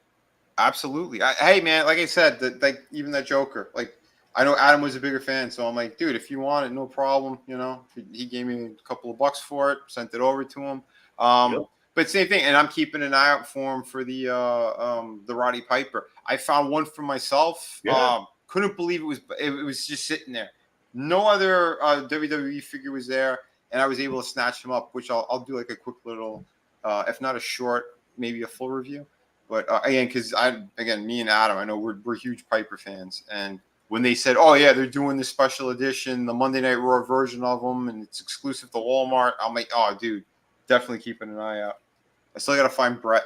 I have not found the Bret Hart yet, but these things are awesome. But it sucks when they do this type of stuff. Like, why is she an exclusive to one store? This is one of their better figures. Again, sold out within minutes of being posted up. And the articulation's incredible. Like, step it up, man. I would almost bank now. Hasbro has been doing this with a lot of this stuff. They've been re-releasing some of these figures in different waves, or in different batches, and you get a second chance at the figure. So even if you can't get this first one, there might be a re-release of this figure because they're not going to make a whole new mold. They're just going to use the pre-existing mold. So of course, but that's the problem with ones like this. A character that, like Slasher was saying too. So it's like surprised that Disney would release a figure like this. It's not Brie Larson. Yeah, at this point. Well, here's the thing. So if she does get re-released later on, it might be like in a 3-pack with some other shitty versions of the character. But like that's why they renamed it Warbird instead of Ms. Marvel. Okay. Yep. And I think not confuse her Brie Larson. Okay. Well, no, because she's Captain Marvel. Not to confuse her with the Pakistani Indian girl, whatever. Kamala Khan. Which I believe they just killed off. Ooh, so yeah. sad. Yeah. Oh, I'm crying. But this is the point I'm making. It's like, so these generic horrible characters no one gives a shit about. Like, if they have a second chance at this figure, it's going to be something like that. Oh, if they made a fucking Psylocke one, that would be fucking awesome. Articulated like this, yeah. And I got a feeling that's why, like the arms, you could tell that it's painted. I think on the legs those are raised, but again, they could just change the thigh pieces. And you could repurpose this body. And I think that's what their goal was. Because I do have the Black Widow that's multi-articulated like this, and I will be reviewing her soon. But again, she's not one that you could really repurpose entirely. Someone like this you could, because she has more of the heroic proportions of like those other characters like Psylocke and whatnot. Because like I'm sure people are going to get extras and repaint her and repurpose this as well. Because that's what happens in the collectors community. We've seen this a million times, I'd want it just so that Rogue could take her powers. I'm sorry. Oh, exactly. My scene. Yep. Dude, I would just you can pop off the head and change him. But this is back when Carol Danvers was a likable character, you know. Yeah, not an insufferable. Yep. Larson. Yeah, insufferable. See you next Tuesday. You're getting Papa all excited with repurposing the body. I know, right? And talking about his girl Bree with her claw feet. I knew it. He's the one. He bought all those figures, and he's going to repurpose them. All right. Into one gigantic. I know they were talking about X-Men '97. I know I have no intention of watching it. I'm not giving Disney any of my time, but I know a few other people were watching, and they said it hasn't been horrible. I mean, but yeah, the ones that I've seen, I've actually enjoyed. But again, I didn't pay for it either, so. Yeah, Pirates good with the first series. I stopped there, you know. Mm-hmm. But yeah, I'll say one thing that people who are overhyping the bullshit of, oh my god, and they're not sexy anymore, and blah blah blah blah blah. That's all horseshit. The models that they use are really good. They even put Storm back in her original black costume. You know, that looks like the bathing suit with the wings. They've done with the little tiara. Yep. Little tiara. Yep. She looked fantastic. There's things that they did I was really surprised by and impressed by. But I'll say one thing: the last couple episodes, to me, they've been massively depressing, and I think that's by design as well. And I know there are darker stories in the X-Men universe, but it feels almost like they're kind of demoralizing on purpose. Well, I'll tell you what, there's no darker story than the Mega Bray. Damn you, Papa. Damn you. And your Sasquatch toe-sucking ways. I still can't believe he's so obsessed with her. No, Chris said, the Storm's new design was even included in the intro. Oh, nice, yeah. I think I skipped those. But that's cool, though.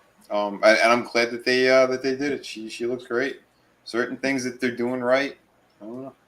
But I know that series has been doing fantastic because even the figures, and this drove me crazy because I seen her a couple of times and I did not pick her up at first. And well, I didn't pick her up at all. But the two times I had a chance to, I didn't, and I should have because I could have resold her. That Rogue figure, if you do happen to find her anywhere, she's going for like $150 right now.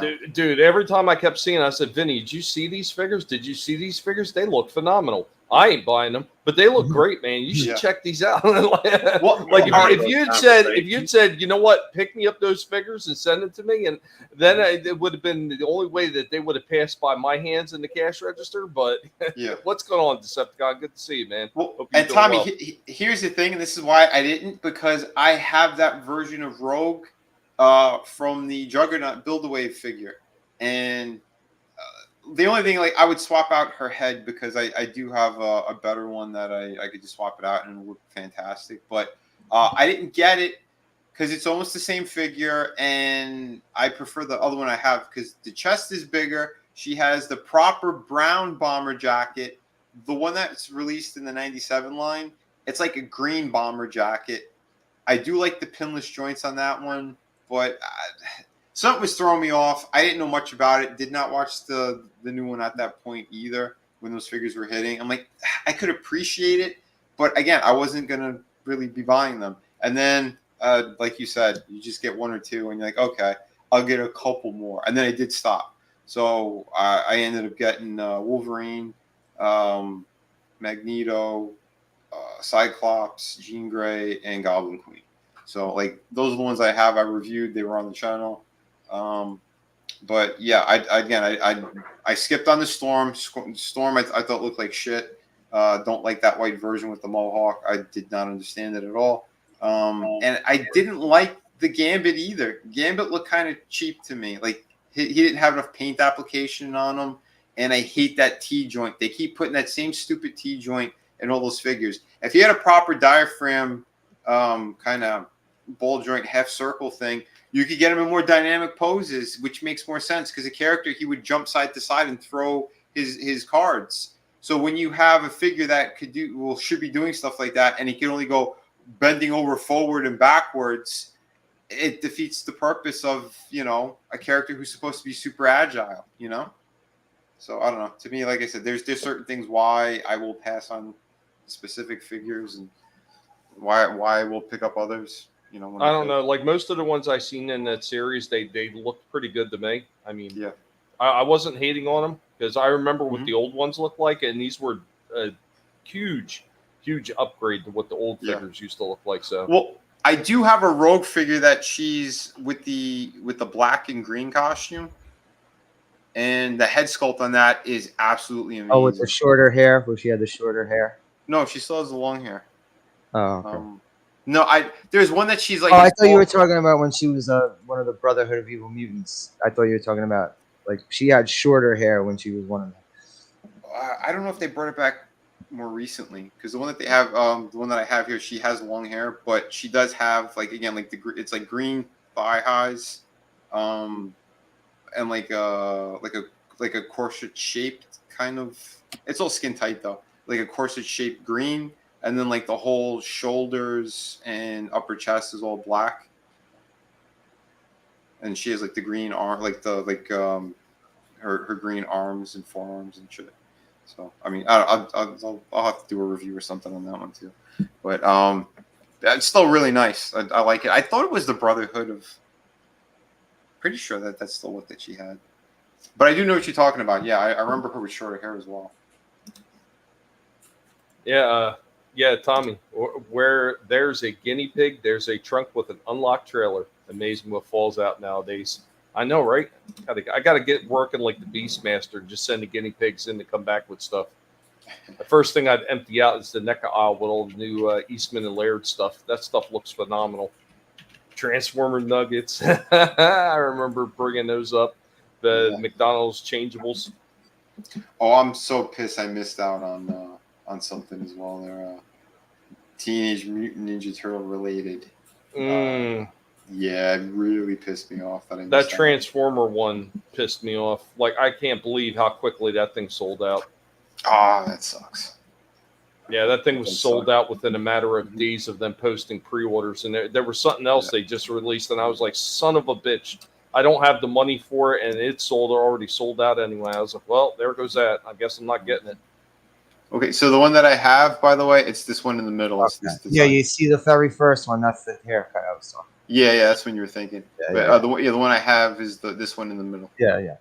Which is the figure's really nice. I was surprised, but yeah, pretty damn cool. So there's that, and yeah, like I said, I have the other version of her that's like this. I gotta find which trunk it's in. Because once I get it out, I'll do a proper review as well. Yeah, because that character's awesome. Oh, Decepticons! I know. I was talking about the TMNT Transformer crossover one. Like that shit was like pre-ordered out quick. Yeah, and that's what sucks about those pre-order things. Didn't give a chance for everyone to get them. Now, Chris is saying the last episode had her in that very first Cosmic Gambit trench coat. He was saying that earlier too, and the longer hair. Yeah, like I said, they've been doing a good job. But I'm going to get back marketing, making it so that all of us could get what we wanted. Yeah, that sucks. Yeah, but they don't always work that way. So I left off with a Twincast, so now I'm going to do the 86 movie Blaster, and much like all the rest of them, this figure mold is exactly the same, and they did a few coloration changes, and it's kind of surprising because usually they do the minimal amount with Hasbro when they do color changes. They did a few things extra on this one that I really did appreciate. So I'm going to go ahead and play that one. And yeah, once again, as part of Jumper's retirement. So here we go.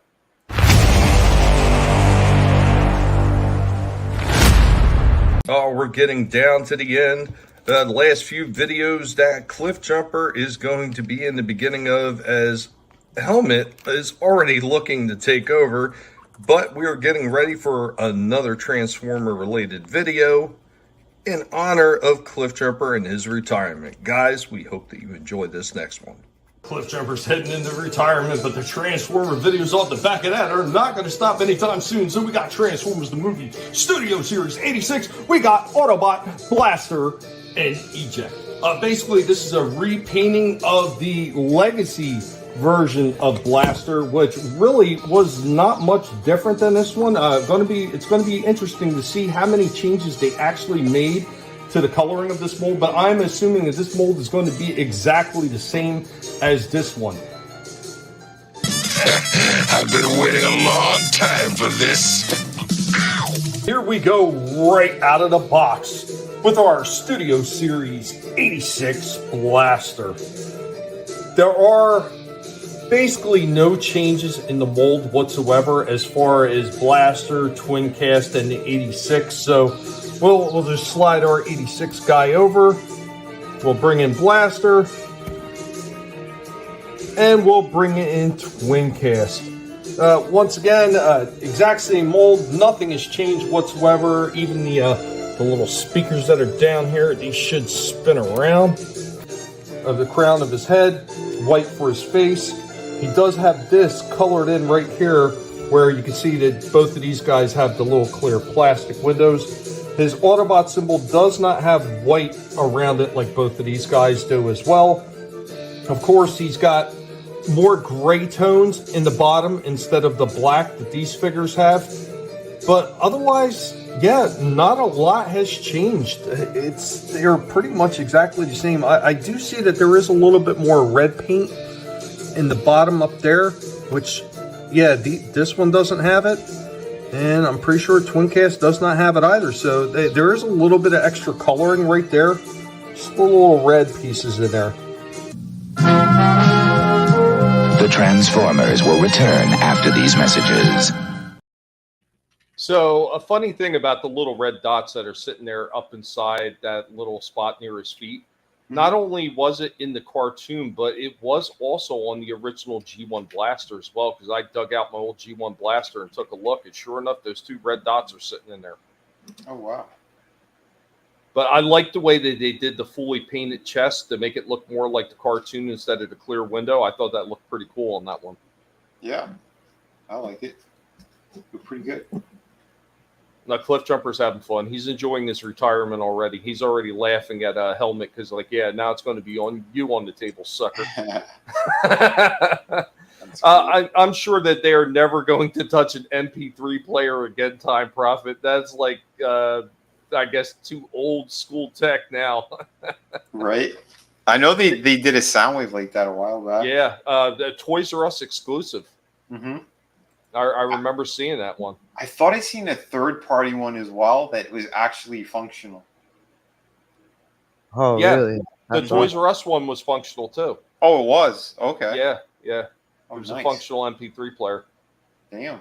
They also did one of the tapes as a USB, and it was a functional USB. All right, that is pretty cool. Yeah, the speakers, the little flip around speakers on the legs. Yeah, that was something I didn't discover until I did Twincast. And it's funny because I have both the Kingdom and the Legacy version of Blaster. I never noticed it. Never noticed it until I picked up Twincast. And Wow. I put my thumb right on the speaker and it flipped. And I was like, wow, really? That's great. Yeah, they have them on eBay, Amazon too. Yeah. Because it's old tech now, Time Prophet. You know how the kids are. Come on now. I shouldn't have to explain this to you. Stuart Immonen Spider-Man art is definitely good. Oh, yeah, man. He's super talented. Right? A retro 8-track player. That's what they should do. That was the one thing I liked about Draculus, and they also did it with the Frankenstein. They made their boxes look like old VHS tapes. Because I got the Draculus and Trina got the Frankenstein one. Oh, yeah. The crossover with Transformers, yeah, and they made it look like old VHS cassette tapes. Mm-hmm. 1,800 MP3s, holy shit! Wow, that's amazing. Yeah, you're an old school collector now, Time Prophet. Mm-hmm. All right, I'm going to go ahead and get into the second part of Blaster right here. Another one, didn't make any mistakes. I could say that there was no mistakes made. They had a really good foundation and they didn't screw it up. We now return to the Transformers. And here we go with our trio of blasters with 2 ejects and a rewind. So let's check that out. Of course, this is the eject that came with the original blaster, the rewind, which is not but the blackened version of them. And then we have this paint job for the 86 blaster. And you know what? As far as I'm concerned, what a difference a really nice paint job can actually make. This feels very much like the cartoon. This feels a lot more G1 than the other ones do. Like, I think that one looks absolutely terrific. And it's not to say that there's anything wrong with these clear plastic ones. I mean, they're okay. They are what they are. But I think this fully colored one just looks better. I don't know. Let me know what you think about that. I'd say Here we go with eject and blaster in a bit of a pose. We got blaster's gun out, and the only difference between this and the other 2 versions is this gun is painted in gray instead of black. So far, so good. all right. Cover your receptors. The pose right here with blaster in a full kneeling position, and of course, eject getting ready to duke it out with another Decepticon. Let's hope so, because if I didn't, we're all gonna look like burnt out toaster ovens. And another pose with blaster and eject showing their posability and their ability to balance very well.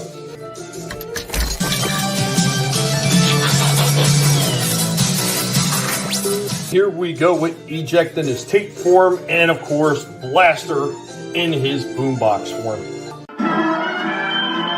Overall, another one that was incredibly well done. They didn't have a lot to do with this one. They just had to make sure that the mold didn't degrade too badly and that they put it in some more G1 cartoon 86 movie colors. And I think that they nailed it with this one. This is absolutely perfect. If you're looking for your definitive cartoon version of Blaster, this 86 Studio Series version of him is absolutely the way to go. No complaints on this one. Another one that hits the perfect score. This is a 10 out of 10. The Transformers, more than meets the eye. The Transformers. Yeah, I have the one that was in the middle while you're doing the review, the first release of them. The Legacy. Yeah, right. That blaster is beautiful, and like I said, that mold is fantastic. So all 3 of them are pretty damn epic. I'll agree, man, that the paint job on the cassette, dude, on eject, man, wow, that newest release, that's beautiful. I thought it was fantastic. Like when I pulled it out of the box, I'm figuring, it's going to be a slight paint change. And when I pulled him out, I was like, okay, yeah, now they got my attention. I love the paint job on that one. I wish that they would redo Rewind as well as like whether they release a Steel Jaw and was it a Ram Horn and then Rewind as a triple pack with his cassettes, so Blaster could have all his tapes. That would be great. It's part of the movie. They were all in the movie. Why not release them like a triple pack of the rest of his tapes? And they could do the same thing for freaking Soundwave, because they're going to do an 86 version of Soundwave in the Studio Series at some point. Yeah. And he's probably going to just come with Laserbeak. Release Ratbat, Ravage, and but then you have 2 tapes on his side, because then you have Frenzy. Well, they already did Frenzy and Rumble. So you'd have Ratbat. You would have wait, those were Ravage. The 86 ones? Yeah, they were released. They're 86. So you got Ratbat, you got Ravage, and then they could always release Buzzsaw as part of a triple pack. Since we never got a Buzzsaw. Yeah, that'd be good. Now, that'd be the way to do it. Now, are they doing a new Optimus and Megatron? Somewhere I heard that they are doing the Optimus. That is confirmed, but I haven't seen any leaked photos. And from what I understand, though, it is a complete redesign. So we are not getting another Earthrise or. And he's going to be bigger too, right? Yes. So he's going to be at a bigger price point too. Unfortunately, he's going to move up into the Commander class. I think they said. Wait, won't he be too big then and out of scale? From what I understand, they're going to make him huge. I don't know. I mean, but then again, they did Ultra Magnus in leader class, so maybe they'll be able to keep him in the leader class. That Ultra Magnus is beautiful, by the way, and I think the scaling is great on him. But Optimus should not be the same size as him. Like, it sounds like they're going with an MP size, you know? I think they're making the trailer really big, is from what it sounds like. Okay. But they are redesigning and it's going to be a brand new mold altogether. Right. That's what I heard. That's what I heard. It's going to be a brand new mold. So interesting. We'll see. Chaos Hoy gives it a 10 pigs and toes out of 10, 700 dragons, 500 goats, and 5 chickens. Holy shit. That's a lot. By the way, I did transform that Wheeljack. Yeah, I found him. Thanks. Yeah, Tommy's like, yeah, you definitely get him if you could, and I'm happy. I was able. I found him at a Target I don't normally go to at all, and yeah, and I ended up picking him up. I'm happy I did. This thing is beautiful.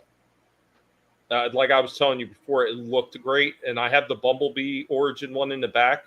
Yeah. So that one was pretty good. Out. Yeah. Yeah, it's going to be a good review when you do them.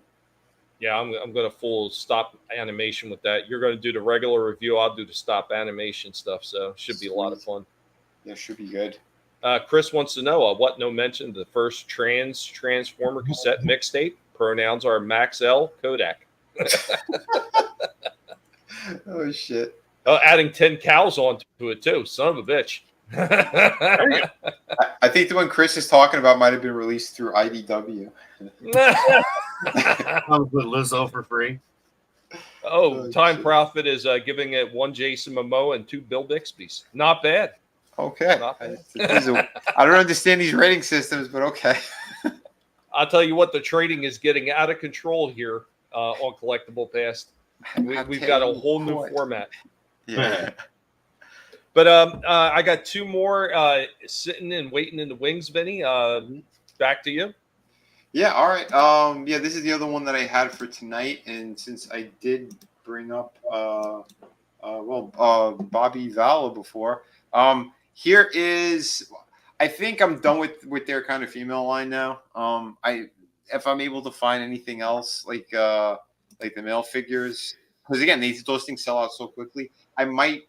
There's a couple of them I'm looking at, but I gotta wait. Did you ever see any of the Amazon ones that he does? No, I haven't. Oh, I've seen a few guys talk about, like, he's got like an Amazonian type line that's almost like, Conan Barbarian-ish, or maybe even Greek, like woman warriors and stuff like that. Like, really fantastic looking figures. Oh, I know. I haven't seen those yet. I thought it was just these and the other one he did for that the guy from Power Rangers. The guy did a movie before he offed himself, and he did 2. I guess the good guy and the bad guy versions of whoever he played in this movie that I don't even think is released yet. But other than that, yeah, I didn't know that he had other lines of figures. But this one's pretty damn cool. So here's the Valaverse Warpath Eclipse. So this is a special edition of this character Eclipse, and she's got her war paint on. She comes with a lot of accessories. Very Zartan-esque. Yeah, I'd say that. Really cool though. It kind of reminds me of like a Native American, the paint job on the eyes and stuff. Like, I dig it. I think they did a really, really good job with this. Yeah, the packaging is really cool with it too, and you get like the feathers and stuff. And yeah, I really enjoyed what they did design wise. She does have her towel head version. I guess because she's overseas doing the missions or whatever, you gotta blend in. I don't know, but yeah, packaging is pretty neat. I do like it. They even give you the kind of 3D rendered head sculpt thing there. So yeah, there's some of the info on the character. If you want to read that, you hit pause and all that. But I really dig the design. Now the body is the same exact mold as the previous 2 figures I reviewed, Gemini and Pandora. And it's just they molded different plastic, or the color rather, and different paint applications. But for being, again, the same exact freaking mold, the variations that they did, they work. They look awesome together. And it doesn't bother me. Normally, I'd be really pissed. It's the same exact freaking figure, you know, with different heads or accessories. But I'm okay with it and what they did here. Yeah, he's saving money, but the extra money that he's putting into other parts of the designs and the paint jobs and stuff, really cool. Like the tattoo down her arm is fantastic. She has another tattoo once. I'll show you guys once I take off like that vest part. She has on her trap another series of tattoos, which I was surprised by. No clue that that he had done that. The scarf, I believe this one's new because this connects all the way around. And on the previous figures, I believe it was just like a clip-on. Well, they kind of mold it where you could just open it up and then put it around the neck. But this one, you literally have to rip the head off in order to put it on or off. But still, it's cool. I like what they did. That armored vest piece looks really cool how they did that. It does limit some articulation, but once you do take it off, she does have the diaphragm joint as well, which is really nice. Like I said, man, like the design, the texture, everything is really, really cool on this thing. So kudos to them and the original people who sculpted that. I like that spine design that's going down the vest in the back. Like they really did a cool job. So I took off the scarf so we could see a better articulation. Well, when you get to that part, but she really just looks like she's Zartan to me, because even her hair is the color of Zartan's hood, kind of, right? Is it the same like burgundy maroon type? Oh, her hair? Yeah, I'm saying like kind of. I guess her hair plus the eye paint, the makeup. Well, you know? The first release of this figure, she looks completely different. Totally, she doesn't have that paint job or anything. So like doing a version like this, I was fine with that. I don't mind if he kind of tried to borrow from that a bit. No, I'm saying she looks cool. I'm just saying like. Yeah, it's badass. Zartan really gives me Zartan vibes looking at this. Figure. I dig it. Again, I think that he's been doing a great job. The drop down hips as well. Upper thigh rotation. Plenty of movement in these things. You know, she did not really need butterfly joints, so they didn't put it. Again, it's kind of it was pretty unnecessary because the design itself. It works. It's strong enough. You don't want to really break up that sculpt. And all the joints are very solid. The figure, it feels like a premium kind of figure. It's not like a cheap, again, because sometimes Marvel Legends feels really cheap. This isn't. This is really good. And yeah, I like that extra design that they put with the tattoos up there. I think it looks great. You know, and you don't have to make her super busty either. It's fine because they're military characters. Plus, with the other vests and the other stuff that you could put on and swap between characters, it looks like they have a bigger chest when you put the other crap on them. So I think it all works. It balances out. Like I said, range of motion is pretty damn fantastic on this thing. So good stuff there. But like I said, it is the same mold. You can see the forearms as well, the wraps around the hands, all that shit. And here's to show you. But I thought it's enough. Like, he didn't have to go crazy doing a totally new sculpt. It still works. You have enough accessories where once you put the other stuff on them, they look like three completely different characters. So no problem there. And for the line that he's been doing, because I know he's been trying to cut some corners because he made a vehicle recently, and he's trying to make sure like all the prices are more affordable. And he's the first company that actually lowered prices. He knocked off like $2 to $3 on certain items. Okay, I want to correct myself real quick, Vinnie. I thought it was Valaverse that did the ones with the female warriors. No, it's a different company. Oh, it is? Okay. Yeah. I thought it was them, and it's somebody else. Crispus says she has a diaphragm accessory. How presumptuous of her. Well, no, the articulation there. But and a lot of the weapons are reuse as well, and they just molded them and painted them in different colors, which it's fine. It is accurate too to actual military weapons. I know he's got a friend that's in the Army, and he's invited to the base, and they let them take photos of everything and measurements of all the weapons. So that was really cool too when I found that out. And she comes with, again, a bunch of different, like the banana clips or whatever, and I think she comes in total, I think 6 or 7 different clips, but well, the same clip, but a bunch of them. So if you want them scattered around her feet, you could do stuff like that. The hands, I only showed one set of them, but if you see a closed fist, an open hand, whatever, there's a left and a right for both of them. So she comes with like what is that? 8 hands in total. She comes with the that head piece, which is, I show it once on here, but that's not that's not, I'm going to display it. The yelling face is cool. Didn't know they were going to be tossing this one in. So yeah, really cool stuff. And I've had her for a little while. I haven't had a chance to do a review. Back around the time I got the Pandora figure, I picked her up. So but yeah, and the paint job too, that they did like the little bit of like kind of scratch work with the silver paint and whatnot. Like it looks really good. And yeah, here are the other clips that, the pouches for them.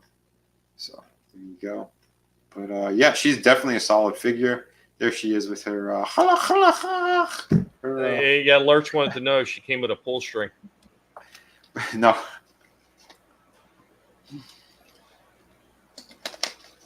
But yeah, I thought they did a damn nice job on this. Oh Jesus, Time Prophet.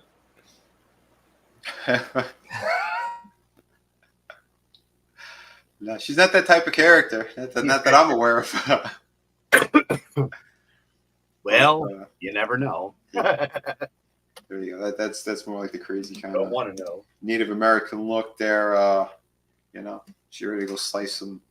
Or Puerto Rican. You could say she's Puerto Rican from New York. She's going to go stab someone. No? All right. Yeah. My God. Come on, slash your nose. If you ever dated a Puerto Rican chick in New York, they get very stabby. He walked away. He's like, yeah, He's like, nope, you're on your own, buddy. He's like, yeah, Sorry, I'm sorry. I'm eating a cookie. My bad. It's okay. I'm going to give one to myself. Not okay. Yeah, and Time Prophet, not entirely wrong. Very Prince of Persia. What was there a question, Vinny? I'm sorry. No, I was saying, I said she has like that, I said she was having like her Native American kind of look, or she's going to the warpath. Or I said, or a New York Puerto Rican girlfriend. All stabby and yelling and angry.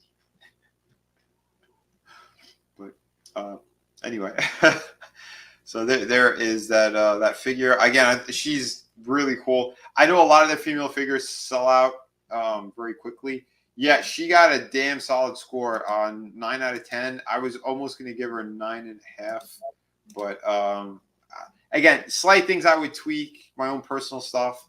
That's the only reason why it's not 10 out of 10 or 9.5. But I say for your average kind of collector and stuff too, or if you like G.I. Joe type of things, she would look fantastic in your collection. They're in the same exact scale as the G.I. Joe Classified. So hell yeah, jump on this if you get a chance. I believe she's still available off the Valaverse site. And I want to say about a month ago, he had a massive sale. Oh, well, when the eclipse happened, because that's her name, she's Eclipse. He had a special deal and a special sale during that event. So if you did buy any of their figures, you'd get something that was related to this character, or you'd get like they'd knock like $5 or $10 off of certain items. Like he really did some cool stuff again for the fans. So you don't really see companies doing that. So big props to him. And yeah, this is definitely a solid release, an awesome figure. So there you go. So I kind of have my Charlie's Angels of Valaverse figures now. Very nice. And what did he have? What'd you say the price points were on these? She was around 30 or 31, somewhere around there. Which it's not bad considering you can't find these. They're not ever going to be in stores right now. You can only get them off of his site or Big Bad Toy Store. And sometimes I think Big Bad Toy Store, they might have it a little bit cheaper. I'll double check now for you guys. Two Brie Larsons and a cheesecake is what Time Prophet is offering. Nice. Yeah, Valaverse stuff, it's about $30 off of Big Bad Toy Store. for his figures, and he does have good ones. He's got a couple of like versions of certain characters, you know, or slight kind of knockoffs of them. And if you are looking for that other one I showed, the Gemini figure, she had the Asian head. That one I would, if you are looking for it, get her off the Big Bad Toy Store because she sold out on Valaverse's website. So if you are looking for them, there you go. Look at that, Papa. And you had a break. You gave your liver a break for a little bit. Chaos Hoy is giving 9 pigs, 9 toes, 9 dragons, 9 goats, 9 out of 10. Awesome. I love how we have our own trading system here at the Collective. Who else has this kind of trading set up? Nobody. Nobody. Who's gayer than Canyon? Nobody. Poor Canyon. Rest in peace. Yeah, rest in peace, Canyon. Yep. Did they ever make? Yeah. So speaking of wrestling figures, did they ever make a fucking Mortis action figure? Because Mortis, that costume was fucking awesome. I thought that was one of the best looks a wrestler ever had. I don't think they ever did. I don't know. I don't think they did. Oh, by the way, here is the other version of Eclipse. So this was the first version that they released of her. Mortis was way cooler looking than Glacier. Oh, big time. You ain't lying. Yeah. So yeah, if you guys are curious, this was her other look. So the Warpath one I think is way better. Yeah, the paint applications look a lot better on it. This looks very like generic almost. Yep.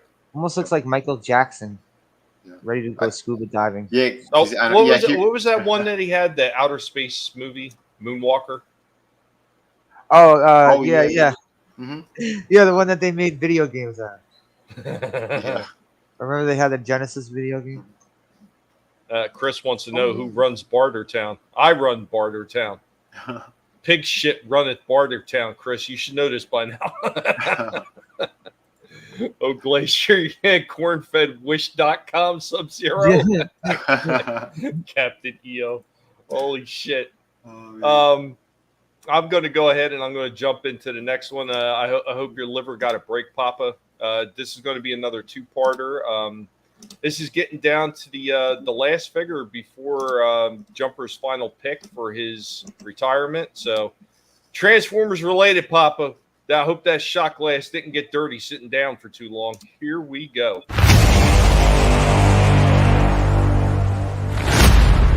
We are hanging out with Jumper. Oh, Jumper.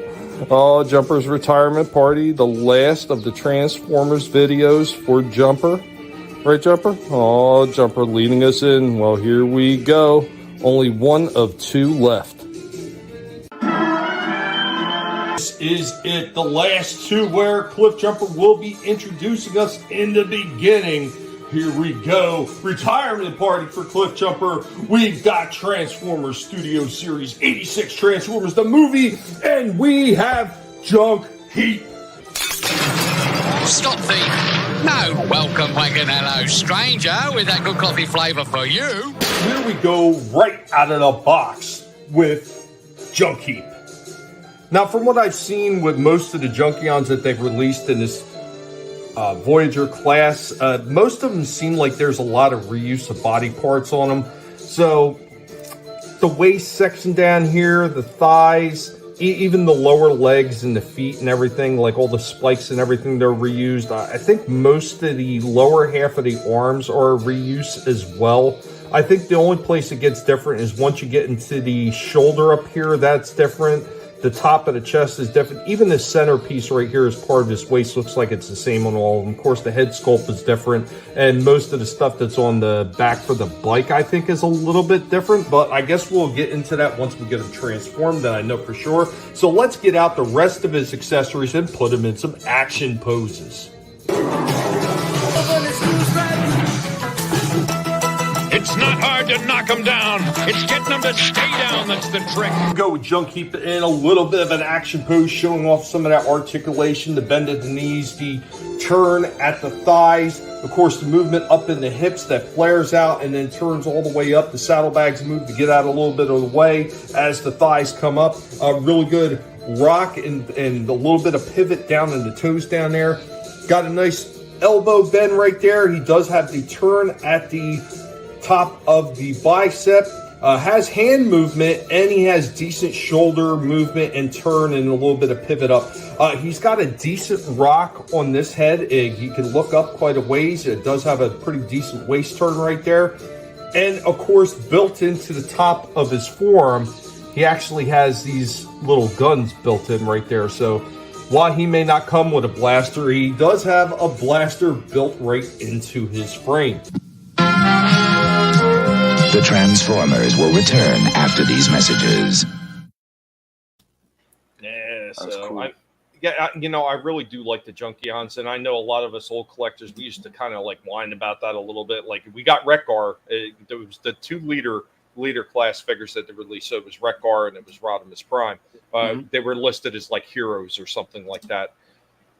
Never got any other Junkions at all with the G1. And it's kind of crazy because all the toys were based off the cartoon, which, was the other way around than the way they usually would do it. The toys, would influence the cartoon instead. But, this was the first time it was the other way around. And why they didn't make a few extra Junkions, it kind of miffed everybody. It wasn't until the 2000s that we seen our first extra Junkion, and I believe it was Junkheap right here. But this version of them looks so much better in the earlier release. I mean, this one is basically Wreck-Gar with a few extra parts added on. Like I was saying, the bottom of the hole from the middle of the waist down is exactly the same on Wreck-Gar, and most of the stuff with the forearms and the middle part up to the top of the bicep is all the same too.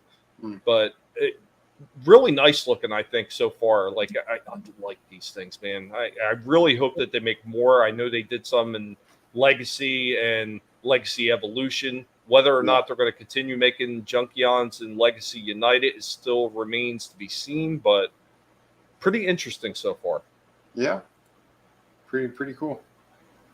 Now, as far as finding somebody in the cartoon that looked exactly like him, that was a little bit trickier. I didn't find anybody that had the exact look. I seen a few that were very close to it. So it might even been a frame I missed, but I didn't see anybody exactly like this toy, but very similar. So I'm going to get into the second half and show off the rest of this figure, and then we'll get thoughts about this one. Okay. You ready? Are you ready? Yes, sir. All right, here we go. We now return to the Transformers. Here we go with a bit of a running sequence right here with Junkheap, but I did manage somehow to get this guy to balance on one foot, and I gotta say, I find that truly amazing because this guy has quite a few loose joints in there. Not so sloppy that they just flop all over the place, but they are a little bit on the loose side, and I can only assume because it's a remold. Because they're basically reusing 90% of this mold from the Wreck-Gar figure, it degraded just a little bit. Here we go with Junkheap in his Junkion motorcycle form. I'm not overly impressed with this motorcycle. It is not horrendous looking, but there are a lot of things about this, the way everything ports together, especially in these side pieces. These kind of port onto a little tiny peg on his feet, and you can't really see the peg. It's so difficult. Yet there's a huge gap right here that just doesn't look very good. And the back end of the bike just looks very, I don't know, it just looks like it's lacking something. Hi, George Chemo Sarbies, your smashed up friend, soon like brand new with 90-day warranty. And in case you didn't notice, he's got the little spinning axe on there. Same one, I'm pretty sure that comes with Wreck-Gar. And of course, he has the tires that port down into the bottom half of his legs. But overall, this is a decent looking figure. And because some of these joints are a little bit sloppier than I'd like them, even though this guy looks great, the best I could say is I could say an 8 out of 10 for this. And it really is a shame because it looks phenomenal. It's got phenomenal movement, but the joints are just a little sloppy. And over time, like positioning this thing, transforming it, those joints are only going to get worse. So because of that reason and that reason only, this guy gets an 8 out of 10. If the joints weren't as sloppy as they are, this would easily have been a 9 out of 10. Oh, there goes Jumper, the master of the Transformers, getting his lettuce on in his home, relaxing, maxing, as we're getting ready for the last Transformer video that Jumper is taking part in. And we're going to be getting ready to hand it over to Helmet, aren't we, Jumper, as Jumper moves into retirement. Transformers, more than meets the eye. The Transformers.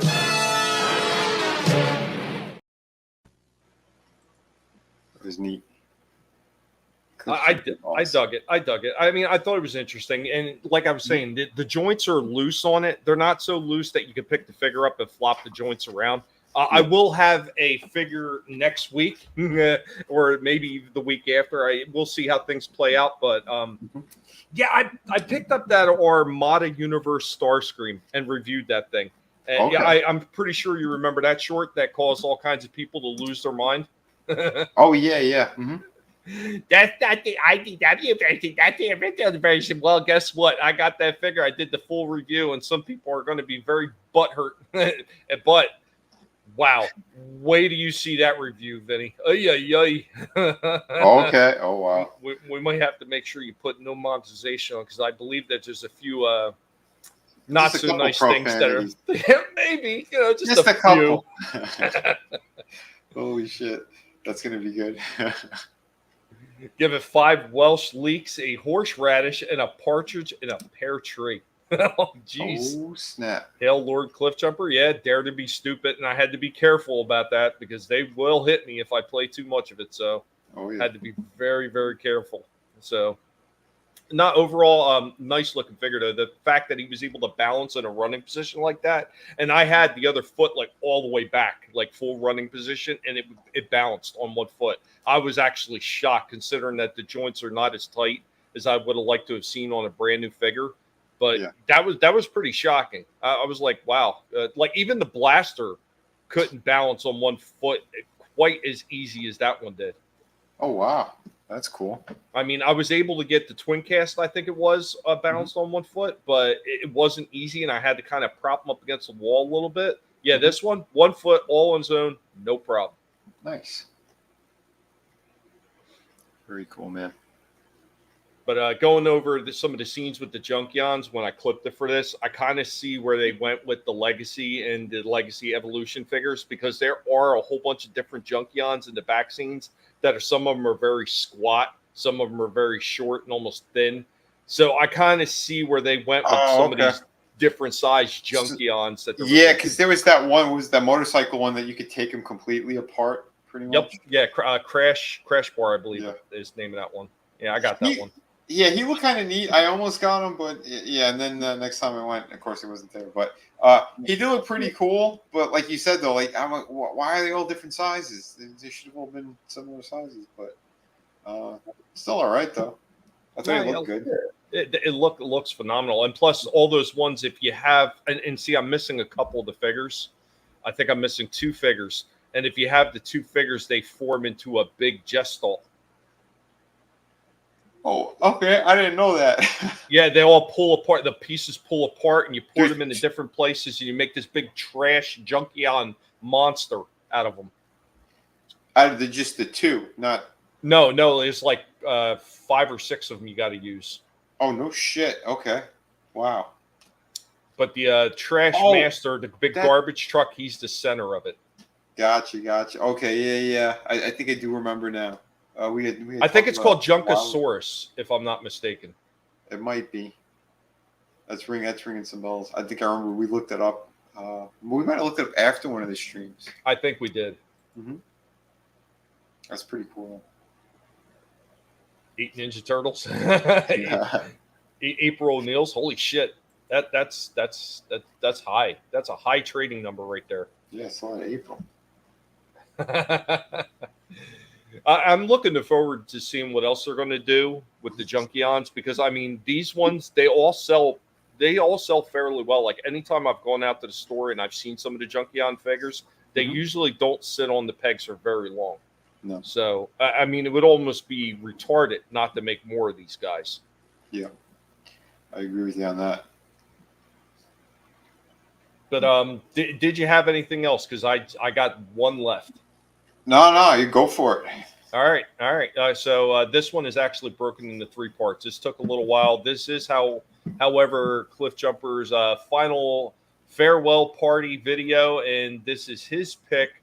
So I had to break this one into 3 parts for Cliff Jumper. He deserved at least that much. So we are going to get started with the first one, and here we go.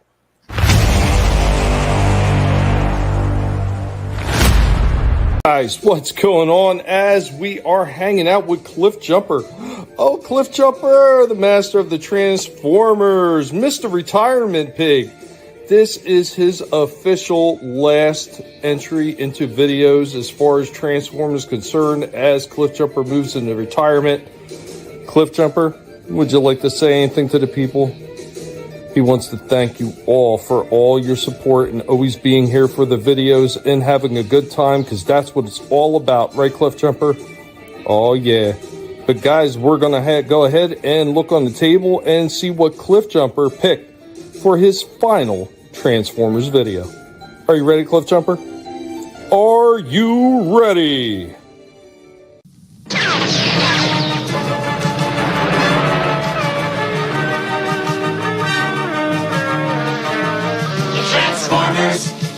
More than meets the eye. And with Cliff Jumper looking on part of his retirement party, right, Cliff Jumper? Oh, yeah, buddy.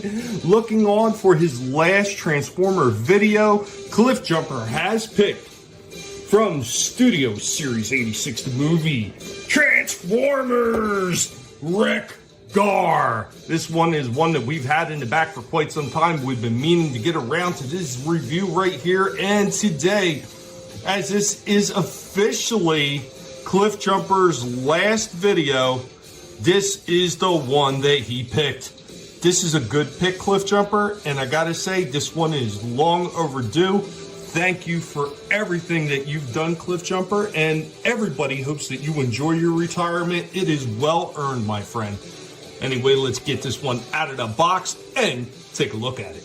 No, welcome, wagon, hello, stranger, with that good coffee flavour for you.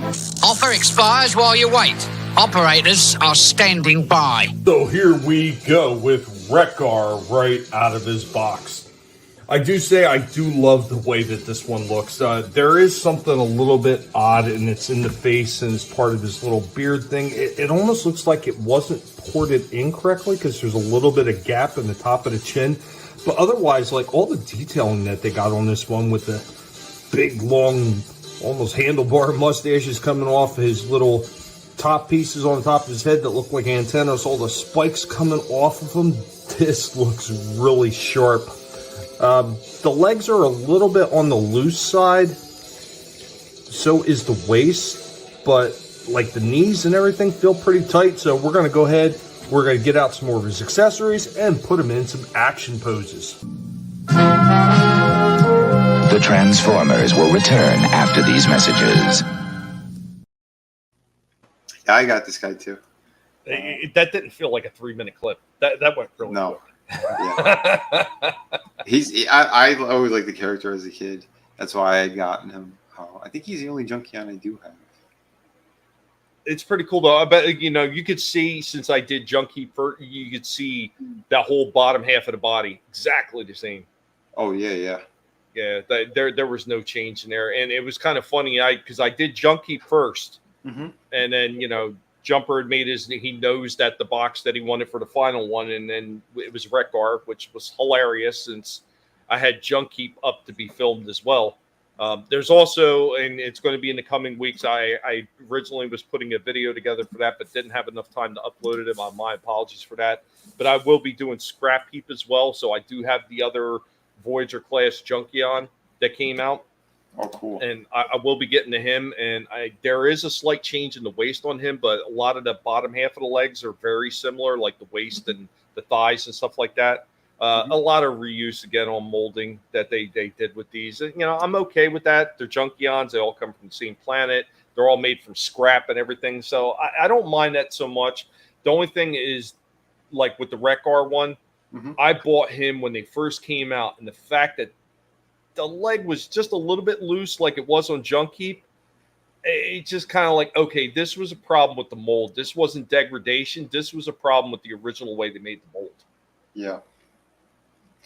Yeah, that tends to happen with them.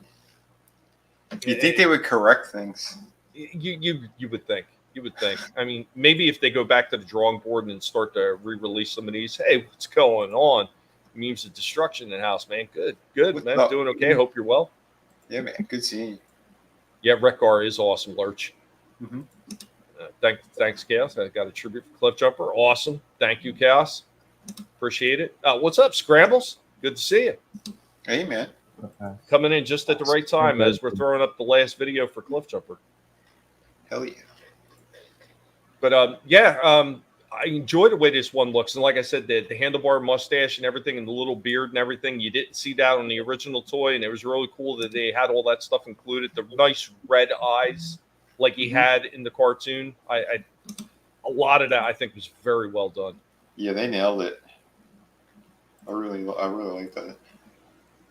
All right. Ready for the second part? Absolutely, man. All right, here we go. We now return to the Transformers. Forward, avanti, and I go for the gusto. Got him in a pose right here, showing off a whole bunch of that articulation. You can see the bend in the knees. He's got the rockers down at the feet. He's got a good amount of twist and turn up at the top of the thighs. Of course, the waist joint turns very well. I mean, a little bit on the loose side, but it's not so loose that it's sloppy. It's just a little bit looser than I would have liked it. He's got a good twist up there at the top of the bicep. Of course, the shoulder joints pivot up and they turn all the way around. Really good on that, and they're very tight. The elbow joints on this thing also extremely tight, and he does have a little bit of hand movement. The head is on a bit of a ball, so you do get a fair amount of movement in there, looking up and looking down. Doesn't really tilt side to side, though, so that is slightly a shame. And right here, the little cannons on his chest do actually port around and turn and move a little bit, so that's pretty cool as well. Also, you see what we got his tires on here. They go right over top of the spikes, and there's actually a little port on the end of each forearm where they snugly port into, and if you so wanted to, because they're separated, they do kind of spin a little bit on their own little axis. Look behind door number 2, Monty. It's time to play End of the Line, my Valentine. So, Ronnie, do run, Ronnie, more. We go with Rekgar in another pose, and as you can see, he's got that gear axe sitting in his other hand, showing off some more of that articulation and that movement in that figure. This one looks really nice, and of course, there is a little bit of movement on this, so you can actually get that spinning as well. You check in, but you don't check out. The saddlebags on the side of Rekgar can move up, and you can almost get him into a full kneeling position. It just misses. It is just not far enough down.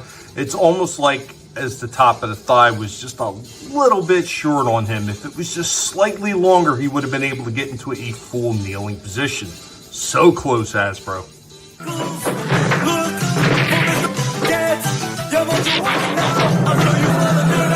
Had to get a little help from the stand on this one. There was no way he was bouncing on a single foot. We'll go ahead and we got Rekgar right here running into battle. Steady as she goes, Bob. Snoopy visitors get mad in the eye by and by.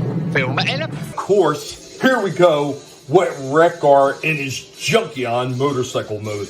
The axe stores pretty neatly on the back. The transformation on this one is relatively simple, much like the original G1 toy. It's got a lot of the similar feels to it when you're transforming it, so it really isn't that bad. The Transformers will return after these messages. Yeah, man. So there we go with that. Did you notice that about the cannons on the chest, Vinnie? Did I notice what? Oh, that the cannons on the chest move. Oh, yeah. It was. I think the first thing I noticed on that figure. His gun nipples. His gun nipples. Well, I mean, move, if you so wanted to, you can give him the steroid nipples. Yeah. I can't remember because what would that be? Hypodermic needles. 2 giant hypodermic needles sticking out of his chest. Yeah, I wonder if you could put the blast effects on there or not. I don't think I ever that tried. that I didn't try to do. I don't know. Maybe. Pretty cool. But yeah, like I said, the character was cool. The movie was fun, especially as a kid. That's one of the main reasons why I picked him up. But like I said, I don't have the other ones. I only have him. So yeah, it's cool you finally got to do this review. Yeah, man. Yeah, I can't wait to get to the last one because that's the last one at least I can get for now because I haven't seen any of the other ones. Yeah. But yeah, I've been fairly impressed with these. I mean, a few misses here or there. I mean, but overall, still fairly solid. Because if these things still at least come out with a good 8 out of 10, I'm fairly happy with them. It's when you get a few of them that hit like 5 or less that I start getting really agitated. And yeah. The one I started mentioning earlier, he gets an extremely low score. Like I think I might even started tossing the thing across the table at some point in the review. Oh shit. Just being honest, you know, and I lose it because I don't like wasting my money on shit. I know. I'm with you on that. Luckily, that one in particular was a clearance and it was marked way down, so it was like, you know, screw it. It was almost dollar store price at that point, you know, like a Dollar General or something, you know. Yeah. So it wasn't horrible, but yeah, the Rekgar one so far pretty impressed with it. I got one more clip for that one, so gonna go ahead and get into that now, and then we can get into any other open panel discussions that you guys have. Here we go. We now return to the Transformers. Oh, we've grown all we've mini bone. Oh, we've grown all we've mini bone. Overall, I got to say this is a very nice figure, and this was an excellent pick for Jumper to go out on his retirement. There are a few misses on this one that, like I said, there's a little bit sloppy in the waist, and the one leg is just a little bit on the looser side. I wish it was slightly tighter.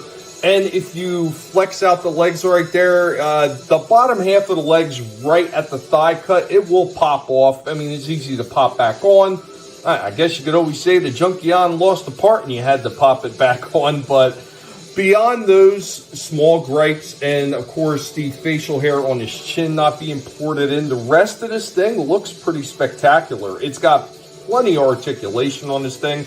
The only thing I wish it would have came with his gun as well. It's kind of a shame he didn't come with that, but he does have the axe. You've seen that in the movie, so, I mean, I guess it's good enough. The tire is not only poured up on the forearms, of course, they pour it down on the legs just like the original toy did, and that it looks very good. Very nice looking figure overall. Now, because there are a few misses, I can't give this one the highest praise ever.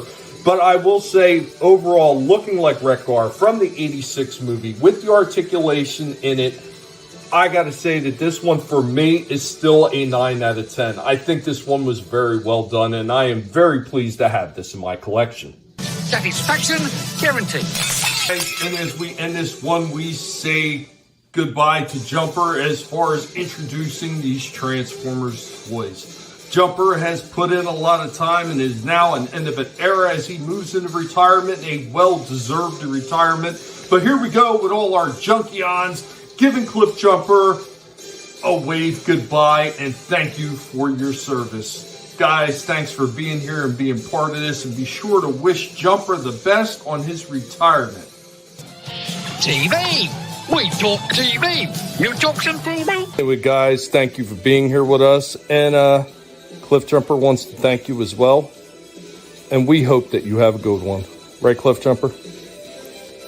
Take care, y'all. To all our one. Have a nice day, and please both come a bit for striking, friends. Reap it for Ruthie, so say the Junkion. The Transformers, more than meets the eye. The Transformers. A bunch of mighty salutes to Cliff Jumper. Yeah, man. Hell yeah, Cliff man. Jumper is put in. Like I couldn't believe when I was going back over all the time and all the videos that pig is taking part of. It's pretty spectacular. Yeah, man. Yeah, I know. Yeah, perky chest cannons. I get it. I get it.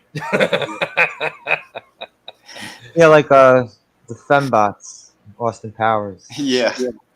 Right. Oh shit. Thanks, guys. Appreciate it. And I know Cliff Jumper appreciates Have a it good too. one, Jumper. Yeah, Yeah, man. he is just going to be maxing and relaxing from now on and getting all the best of treats like he's been getting. Of course, you know. As he should.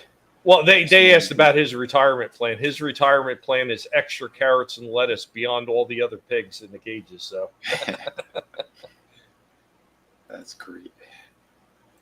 Yeah, so dug out all the Junkions there for that final salute for him too. So you know, even though they're a lot smaller, they look good together. All of them. Yeah, so. I think so. That group shot was fantastic. He is the master of the Transformers. Always will be such. But Helmet's stepping in because Helmet's a little younger and he's more spry than Jumper. It just makes sense. I mean, he is the sci-fi pig after all, so it isn't that far of a leap, I guess. Okay. Yeah. I think so. That's fine. It works. Hey, I wanted to get another pig and have it Transformer named for Jumper to train, but the wife said not right now. Yeah, she's like, I gotta get more tattoos. Yeah, I'm right. Look at it this way: it's time. It's time. It's Helmet's time. That's right. Yeah. Plus, you can pull out plenty of the Spaceball reference stuff. Right. All hail Lord Helmet. Did you see me playing with my toys? No, sir. I didn't see you playing with your figures. I didn't see anything. I didn't see you playing with your dolls again, sir. Yeah. But a bunch of those figures are ones that I've had in the back and I've been meaning to get to for a while too. So yeah, it's just poetic that Jumper picks a much older one to dig out and review for the last one. Yeah. So it was great. So that is all I have, Vinnie. There were so many other things I want to talk about. So I will mention that real briefly. So I did have a short video prepared, but I didn't have time to upload it. So I was going to talk about what's going to be coming up. Scrap Heap I already mentioned, which is the last Junkion Voyager figure.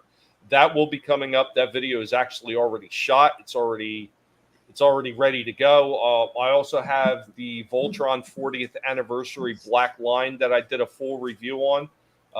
Not bad looking. It's not bad looking. There are a few misses on that one, which I was a little disappointed on, but it wasn't so disappointing that I wouldn't recommend somebody get it, especially for $30 for the Black Line, which is the biggest one.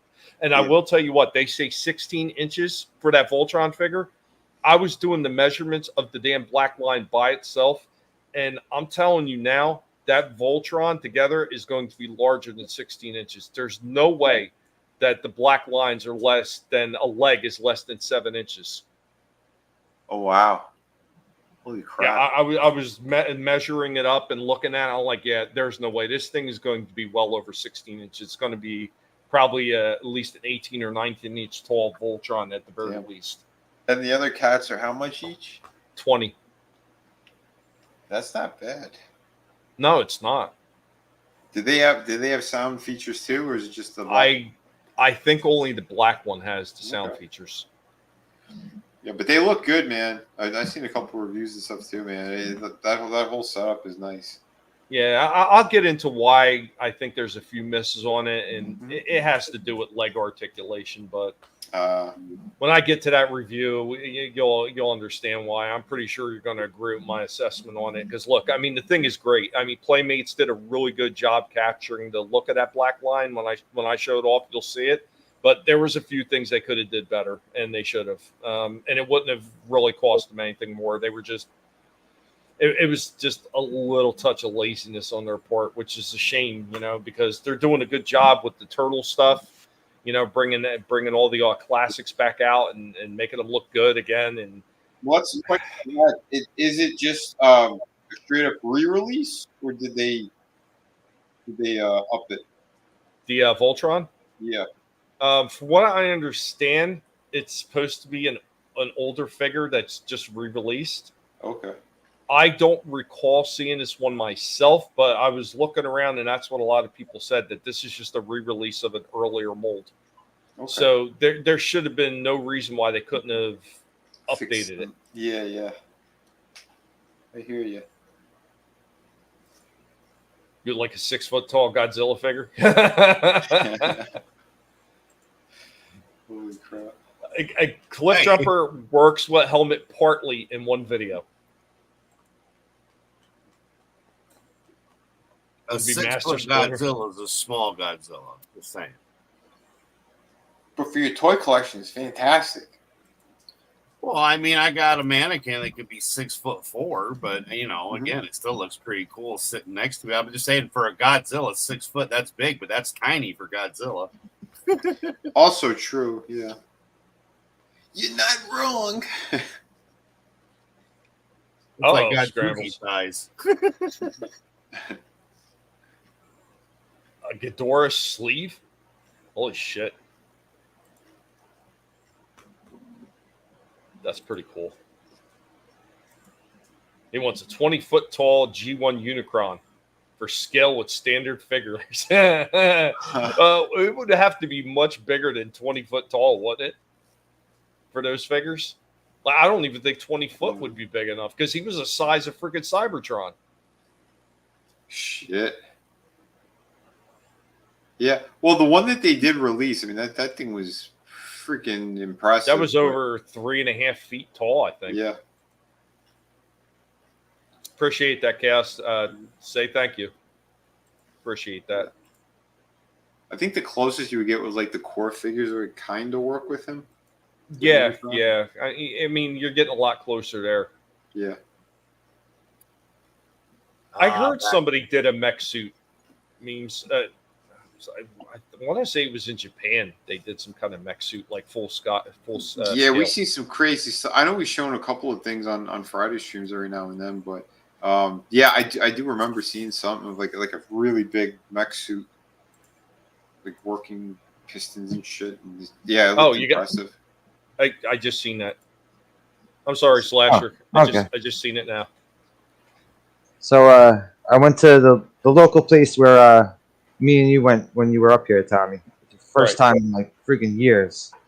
And I just wanted to look around. I was mostly looking for comics, but they have toys too. So there's a box at the back of the store with these motherfuckers in them. Oh shit. Nice. $10 each. Big John Stud. Yeah. Big John Stud. But like other than the paint on, like, you know, is the paint on his pants, you know, it's not scuffed up. Yeah. They had a box full of them, and most of the ones that they had in the box I already have, so I wasn't gonna bother with that. Yeah. And that's cool. I picked up Corporal Kirshner. Oh man. Because I never had either of these guys as a kid, and I lost a couple of these. You do now, bro? In a great attic accident. Yep. And I don't know. They had Roddy Piper. I was gonna go back and get him, but I went back the next day. It's like magically all the fucking figures were gone, except like there was like 2 Hillbilly Jims left. And I already have Hillbilly Jim. Damn. Yeah, somebody probably came to buy them all so they could sell them on some online service. I think the exact same thing. Yeah. Probably. But the Piper didn't have the kilt. But that's understandable because these accessories, like, if you could find one with an accessory, you're going to be paying a lot more. Oh yeah. Like I have a hacksaw from back from when I was a kid. He don't have the 2x4 anymore. Hulk Hogan don't have the belt anymore.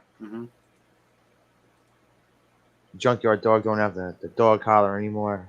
Right. Yeah. See, we got most of those. Right. What happened, Adam? What was that? Oh, I said, but you still got all the figures, just not the accessories, right? Yeah, no, but Hillbilly Jim, I still have his hat, and Terry Funk, I still have his hat. Nice. Oh, that's cool. The Funk, yeah, baby. But I don't have Terry Funk's branding on it. He came with a branding on it. The branding iron. I got you.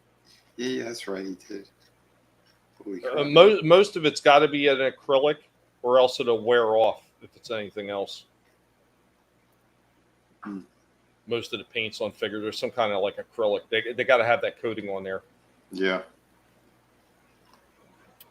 But yeah, we still have a bunch of those in the back. Some of them we still have all the accessories, like the Roddy Piper one. We still got his freaking Right, you kilt. still got the kilt? Yeah. Nice. Do you have Junkyard Dog with the chain? We have and the Junkyard collar? Dog with the chain. We've got Jake the Snake Tommy's got Roberts all with the snake? with Yeah, the bendable I had. snake. Oh, I lost Jake the Snake in the Nikolai magic. Volkov with his Russian. Yeah, I have hat. Nikolai Volkov with no hat. Hell yeah. I have him with no hat. Iron Sheik, I think, came with a belt as well. No, I he think came it's with nothing. I thought he came with a belt. There was when they started putting out the tag team packs, when they made every single tag team came with a set of tag team belts. Yeah, I remember Demolition came with the belts. No, they only made one Demolition figure. They never I made. thought they did too. They never made Smash. They never ever made Smash. Oh, I which thought was they so did for some dumb reason. Wow. No, they never did. I They think did them you the like- Hasbro ones. The Hasbro ones. The I think small- Iron Sheik, he came with a note that says F Hogan. he came with a crack rock. A crack Said, I rock. should have broke your leg and took the money and went back to AWA. Yeah. Well, I know in all the extra parts we have back there, I couldn't remember which figures they went to. There's like a handful of belts. And I know Hogan came with one. Macho Man And all the came with tag one. teams came with one. They never made anyone with the Intercontinental belt. But all the tag teams came with brown strap belts, and I think the plates were silver. But they just looked like repaints of the Hogan belt. They were so generic. Yeah, but it's still fucking Oh, still- back then, dude, it was the bee's knees. Yeah. Right, Chris? Yeah. The boots. No, nothing was worth. None of those figures were worse than. All right, I didn't even know they made this one until like I said, going back to when I started looking at shit on eBay, because they made the.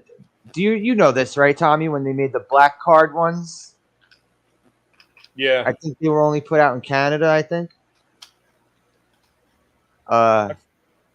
They have the Ravishing Rick Rude one. That is the worst one because his hands are posed on his hips, like in front of like he's holding his pants up. Oh, that's terrible. Of all the poses that Rude did, too, right? Wait, hang on. I want to find a picture of this shit. That's funny. It probably was Canadian exclusive. I wouldn't doubt it.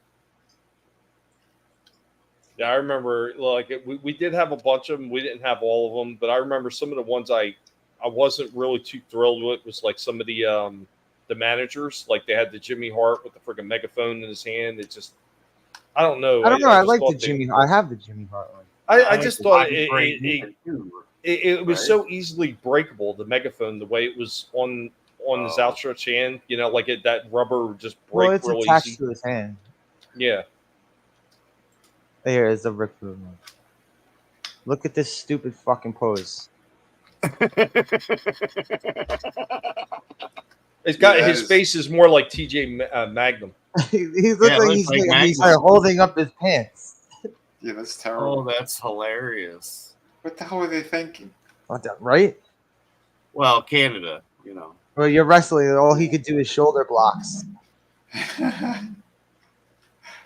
Wouldn't Yeah, I at least guess because Hogan had his hands up, he would be easily to be being body slammed, I guess. Oh, Chris. He looks like he got to take a shit too. What happened? Oh, Chris. Oh, Jesus.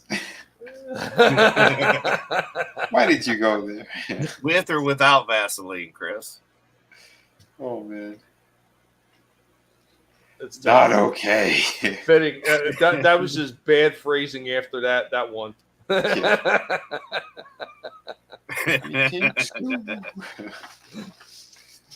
Now those things are always pretty cool though. I mean, those things were built to freaking last though. I'll tell you that, man. Yep. Mm-hmm.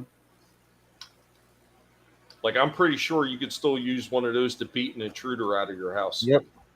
Beat him to death, man. You wouldn't have to worry about it. What happened? I just flung Rick Rude at him, and well, in that position, I'm sure he has been in someone's. So yeah. And now they're dead. Well, it's just like even the rings were made to last. Like we have the ring in the back and with all the posts and the turnbuckles and everything. The only thing we don't have is the ropes anymore because they were made out of like like almost like an elastic material. I'm missing the ropes and the turnbuckles, and that's because the fucking goddamn squirrels got in my attic and started chewing away at the turnbuckles. You know who has them all? Apparently, I think it was Etep says he has all of it with the original ropes and everything. Oh wow! Yeah. Well, though, even if I would have held on to the ropes, because I just ended up getting rid of them because they were all fucking worn out. I had to like double them around the ring. They were so fucking worn out. Oh, so you had 1970s ropes? No, they were definitely well used. I beat the fuck out of that ring. I stood in it. I cracked it. I think I mentioned this to you, Tommy. When I was like, it was probably like less than a year before I owned it. Less than a year, and I wanted to test its strength, so I stood in the middle of it, and it cracked. But it's still, it didn't break. It's just cracked. Right. And I have 3 parts of the steel cage. I don't know where the fuck the 4th part went. Did you ever have any of the thumb wrestlers too? Yes. We better not. Oh no, maybe we should say that around Chris because he's talking about finding the limping bastard that he shoved Rick Rude up.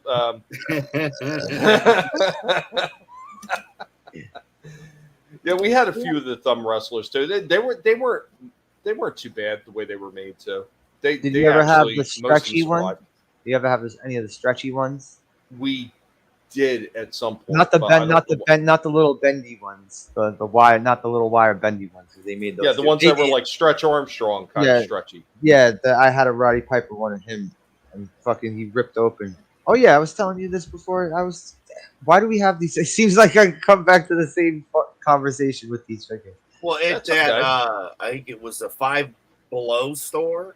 So like the old school thumb wrestler guys, right? They weren't very big. Well, they've got like 2 packs of little wrestler guys that are just all the same color, but their faces are different. So you can figure out one's Sheik and one's Nikolai, Yeah, I still have some bootleg ones. I'll have to take a picture. I got them for Nate, like they're on his wall of stuff. And you guys have seen it, and if you've seen the videos where I record them, because it's what's behind it, but I'll get a picture of them. But like, yeah, they were like a couple bucks or whatever. So like he got a bunch of them, and like for like a couple bucks, right? Like who cares? Like, but yeah, he just thought they were the coolest things because they kind of it reminded him of the thumb wrestlers. Only they're not really the thumb wrestler size. But yeah, it was. Hey, I remember the thumb wrestlers. Those were the they were awesome. You want to see my thumb up a black guy's ass? Oh shit! See? Yep. Yeah. See, this is like he's not even a real wrestler. This guy's one of the fucking cool guys. I'm feeding the fool that stick their thumb in my ass. He's like an AEW character. I thought it was Bobby Lashley after he got too close to one of Vince's backdoor endeavors. He had one of his torpedoes hit him in the eye. Oh shit! That Lurch says it's good to see you back. Thank you, Lurch. Oh yeah, man. But anything else, Vinny? No, I'm tapped out tonight. Tapped out. I would have actually had more. My apologies to everybody watching again. CenturyLink, you still suck ass, and you will continue to suck ass until you're replaced by quantum fiber. May you rot in hell, you son of a bitches. This terrible internet. But I would have had a lot more prepared. I didn't have any toy hunts. I didn't have toy breaks. I didn't have the old school toy time. I didn't even have a trivia. I had nothing else that I was able to bring because of this freaking internet. It just, I would have had a slew of extra things to bring to the table. But yeah, this slowed down and it was taking good 45 minutes to upload some of these videos. Other ones were taking over an hour and a half for a 3-minute clip because of this damn company. Just drives me nuts. Blame Disney. Yeah, I'm sure they have something in there. They talk bad about us. Yeah, you know why? Because you suck. And I really hope that whatever the newest rumor is not true. I heard the newest rumor is Disney's trying to make inroads with Warner Brothers and Max so they could try to combine their streaming service. This is kind of shit we were talking about a while ago, where they're all going to start trying to combine to make it like a one-stop platform for a whole bunch of different services. I really hope that doesn't happen. It's going to be like Roger Rabbit World. Yeah, pretty much. Yeah, I know. Freaking pissed me. Not worth the time or effort. But that is pretty much all we have for this one, guys. I hope that you enjoyed this one. I hope that you had a lot of fun showing off some of these toys that we like. And unfortunately, there will be one that I don't like in the future weeks. I try to steer away from the really bad ones, but at the same token, I'm going to give an honest review on these figures. So if I run across something that's absolute trash, I'm going to say it's trash.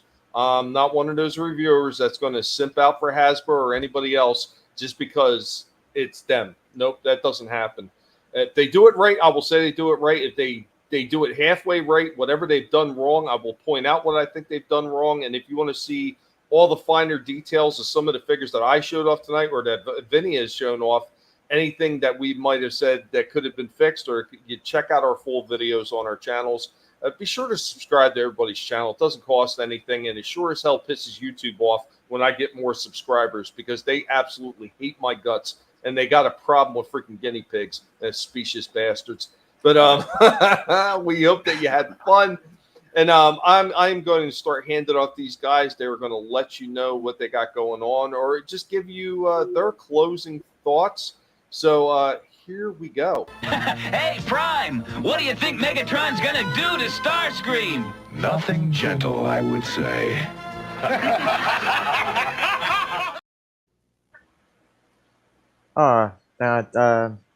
I'm not doing anything. I'm sitting at home recovering.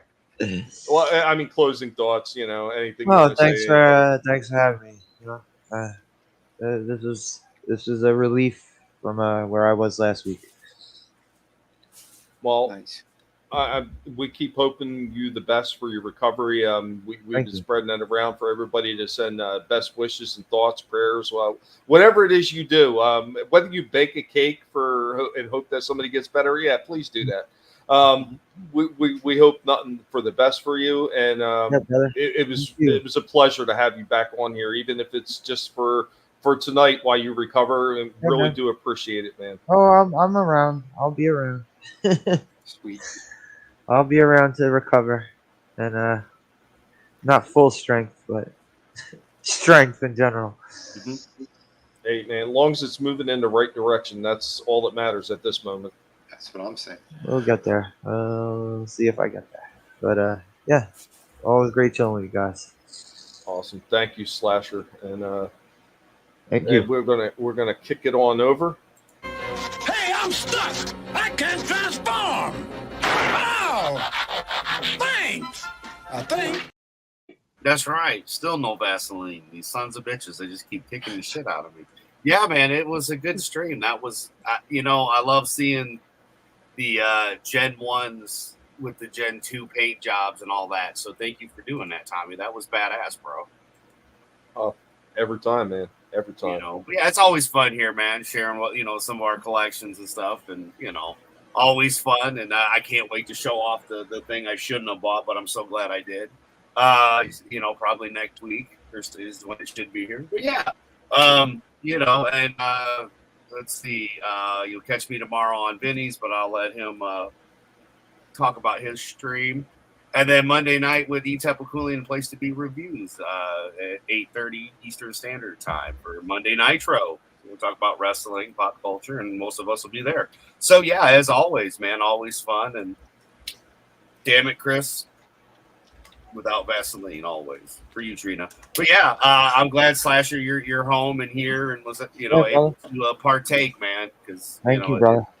It was funny because I was texting you and I hadn't heard nothing. And I was like, damn, I didn't piss him off, damn I? And then I found out. I was like, okay, that explains it. But yeah, I'm just glad you're home. And I wasn't online while I was there. So. Oh yeah, but I'm glad you're all right. And like Tommy let us know, you were under the weather, so just glad that you're back and back home. Oh well, I'm still under the weather. Yeah, but I'm just glad you're back home. Thank So, you. yeah, man. And again, Tommy and Vinny, thanks for doing this, guys. It's always a lot of fun participating and doing this with you guys. Absolutely. No, thanks, Adam. I appreciate it. Now we're going to kick it on over to our other co-host. It's me, Mario Kartitis. Oh no.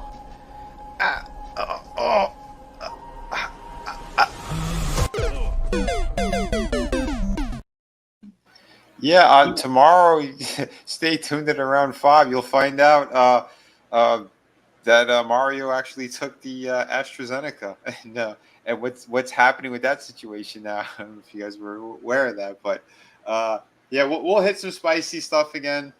I know it's been a second since we did that, but I do want to say, yeah, man, Slasher, it is awesome to have you back. Thank you, yeah, man. we've been sending prayers and good thoughts, and again, yeah, you're a friend. We love you here, and yeah, man, it's awesome that that you've been on. We had some good laughs tonight, and showed off some really cool figures. The same with Adam, man. It's awesome. Be able to see some really cool stuff too.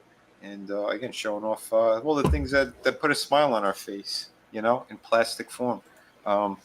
So it's definitely a good thing. And everyone out there in the chats, everyone's been watching on both of our channels, over on X. Good number of people over there, 70 people watching all together. So yeah, thank you so much for all that.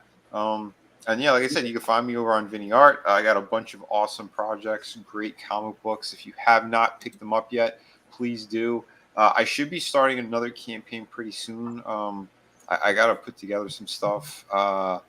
But again, yeah, we have a bunch of great stuff here. So yeah, there we go. There's my pirate book, Shadow of the Kraken. If you haven't picked it up yet, please do. We have the new art book, Volume 3, of Vinnie Tarmella's art. And plenty of great stuff still. This weekend was kind of crazy. Again, I was, or this past weekend, I was doing a signing at 2 different store locations. One was like an hour and a half almost away from where I live. But I got to spend 2 days hanging out with my friend Ray Park. You guys know him as Darth Maul. That was fun while we were doing signings and stuff. And yeah, day 2 was... it was definitely a good thing. Yeah, it was much needed as well.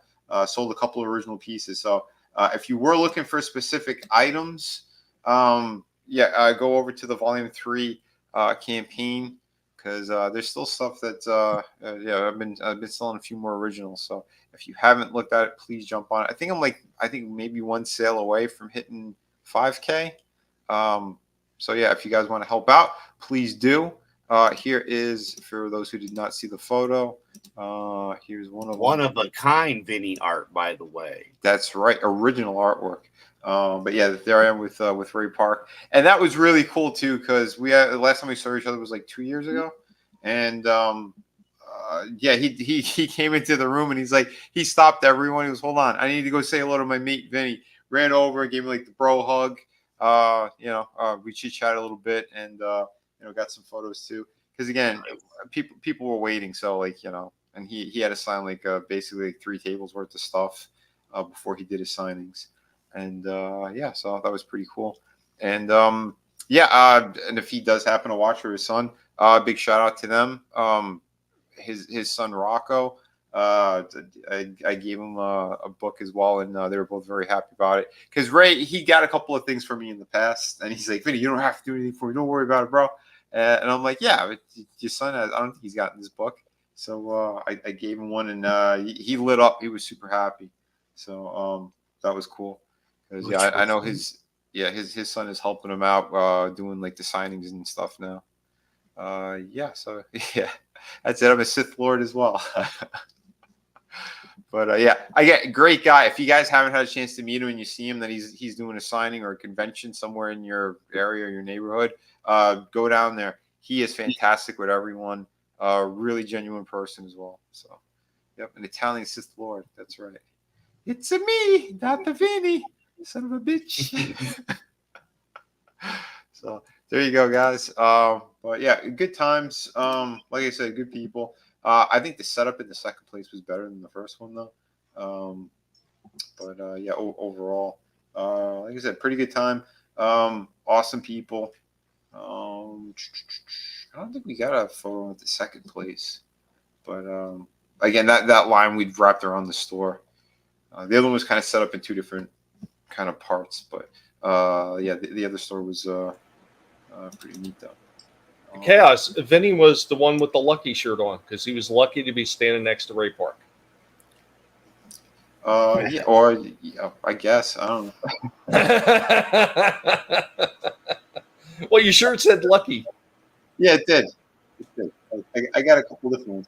But yeah, yeah, for those who missed some of the setup too.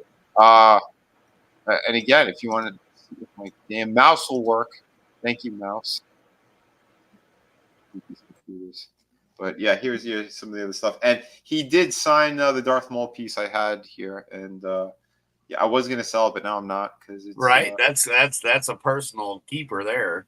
It is, yeah, because yeah, and he put like the Sith rule on it and stuff too. It was awesome. But yeah, like I said, you can see some of the books and stuff that I had here for sale. Again, the hardcover for those who, if you haven't seen the books in person, tons of different stuff here. That Wolverine, I believe, is still available. I got to put that up on the website. I know I forgot something.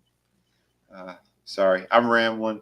But yeah, guys, if you want to see some of my great stuff, or you catch me at a signing, I should be doing some more again soon.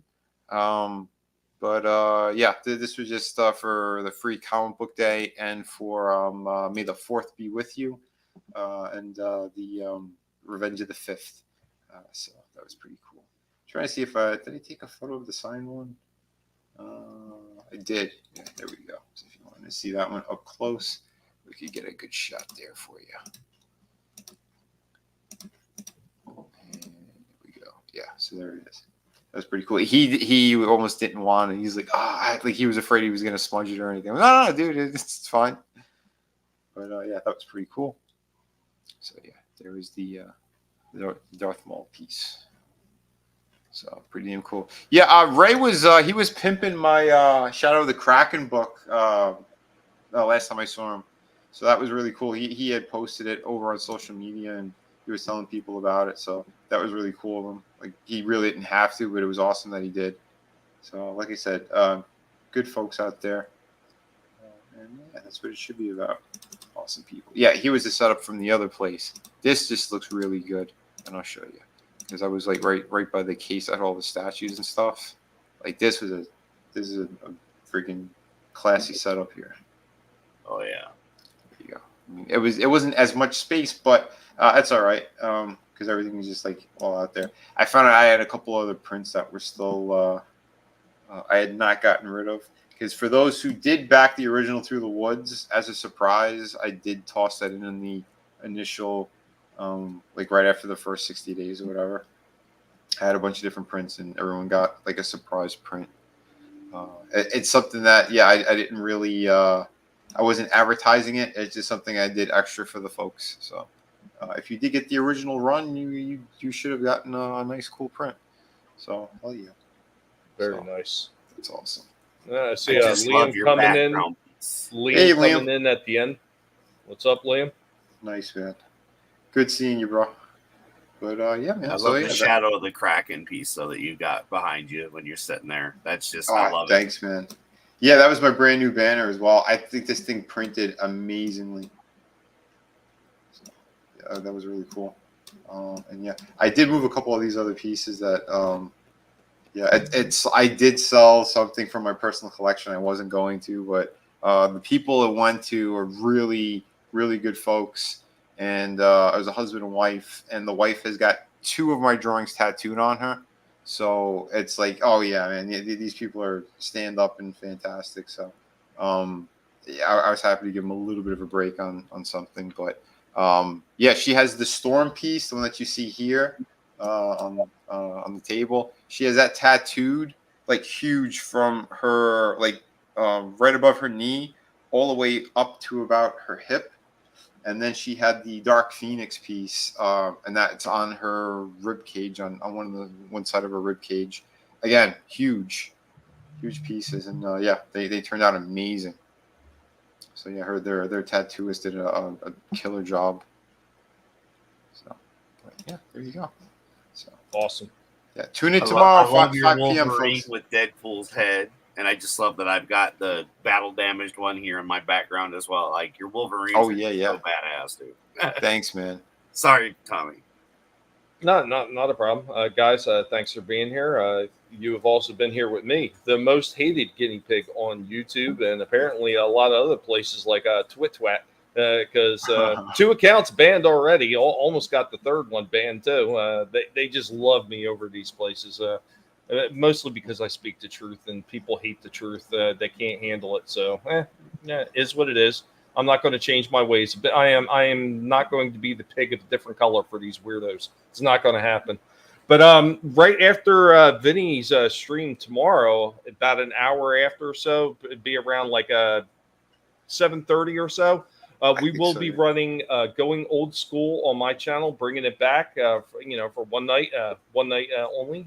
Not one night. It'll come back again at some point. But we're going to be talking about the original Mad Max, the Road Warrior, and of course Beyond Thunderdome. So we're going to be talking about the original Max movies and why, because it really just made me sick seeing all the retards cheering on for a Mad Max origin story that we already got. So we're going to get into discussion about that. Did we get everything we needed to find out about his origin? I think we did. Yeah, I think that's something I'm looking forward for that as well tomorrow to really get into it because I did rewatch the first one the other night while I was working and tonight I think I should start the other one. Well, I did start it, but I was only a few minutes in. But yeah, I'm gonna watch at least the second one before the stream tomorrow because those movies were so damn solid and. All right. Well, yeah, we're going to get into it tomorrow. Well, we're definitely going to get into it. And I think I think to a degree, I think those movies are underappreciated. And even the first one. I mean, I remember when I was younger, it was all about watching The Road Warrior, which now has been retitled Mad Max 2. Yeah, I noticed that too when I was looking for it. I'm like, wait a minute. What happened? When did they do this? Yeah, because even in the movie, they even say at the end, the feral kid who becomes the leader of his tribe, he says, "In the Road Warrior, the man we called Max." Mm-hmm. Yeah, because they didn't call him Max in the title. He was the title was the Road Warrior. So right, exactly.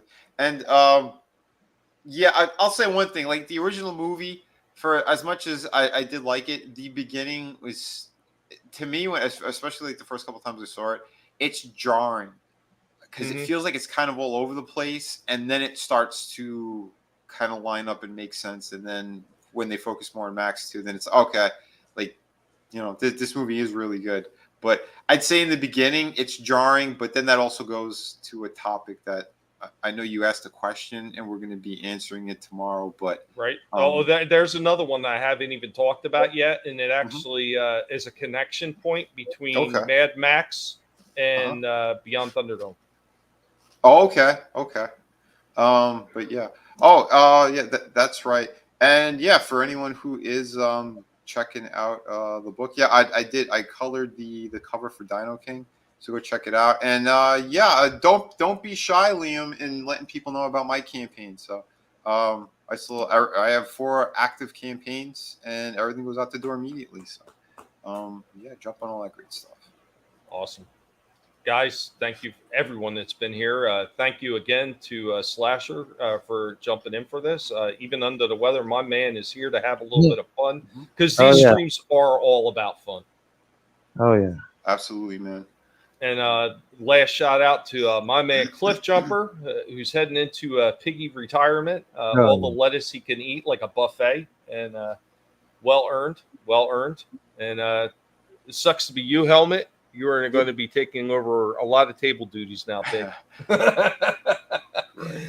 Guys, thank you for being here. We will see you next time. Be sure to stop in tomorrow when Vinny has his stream at 5 p.m. Eastern, and then around 7:30 p.m. Eastern, we will be running on my channel with Going Old School, talking about the old Max movies.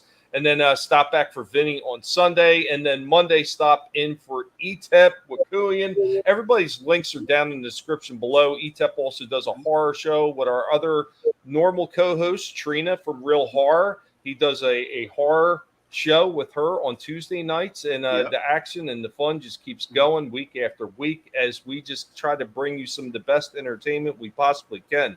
So remember, never let anybody tell you what you can and can't say, what you should or should not think, because your science and compliance gives consent. And go ahead, Vinnie. Yes, sorry. There was one other thing. Not tomorrow, but the following Friday. If you guys have not seen the movie Cooties yet, Cooties, it's on Tubi. Check it out. We're going to be reviewing that. It's a zombie movie with kids.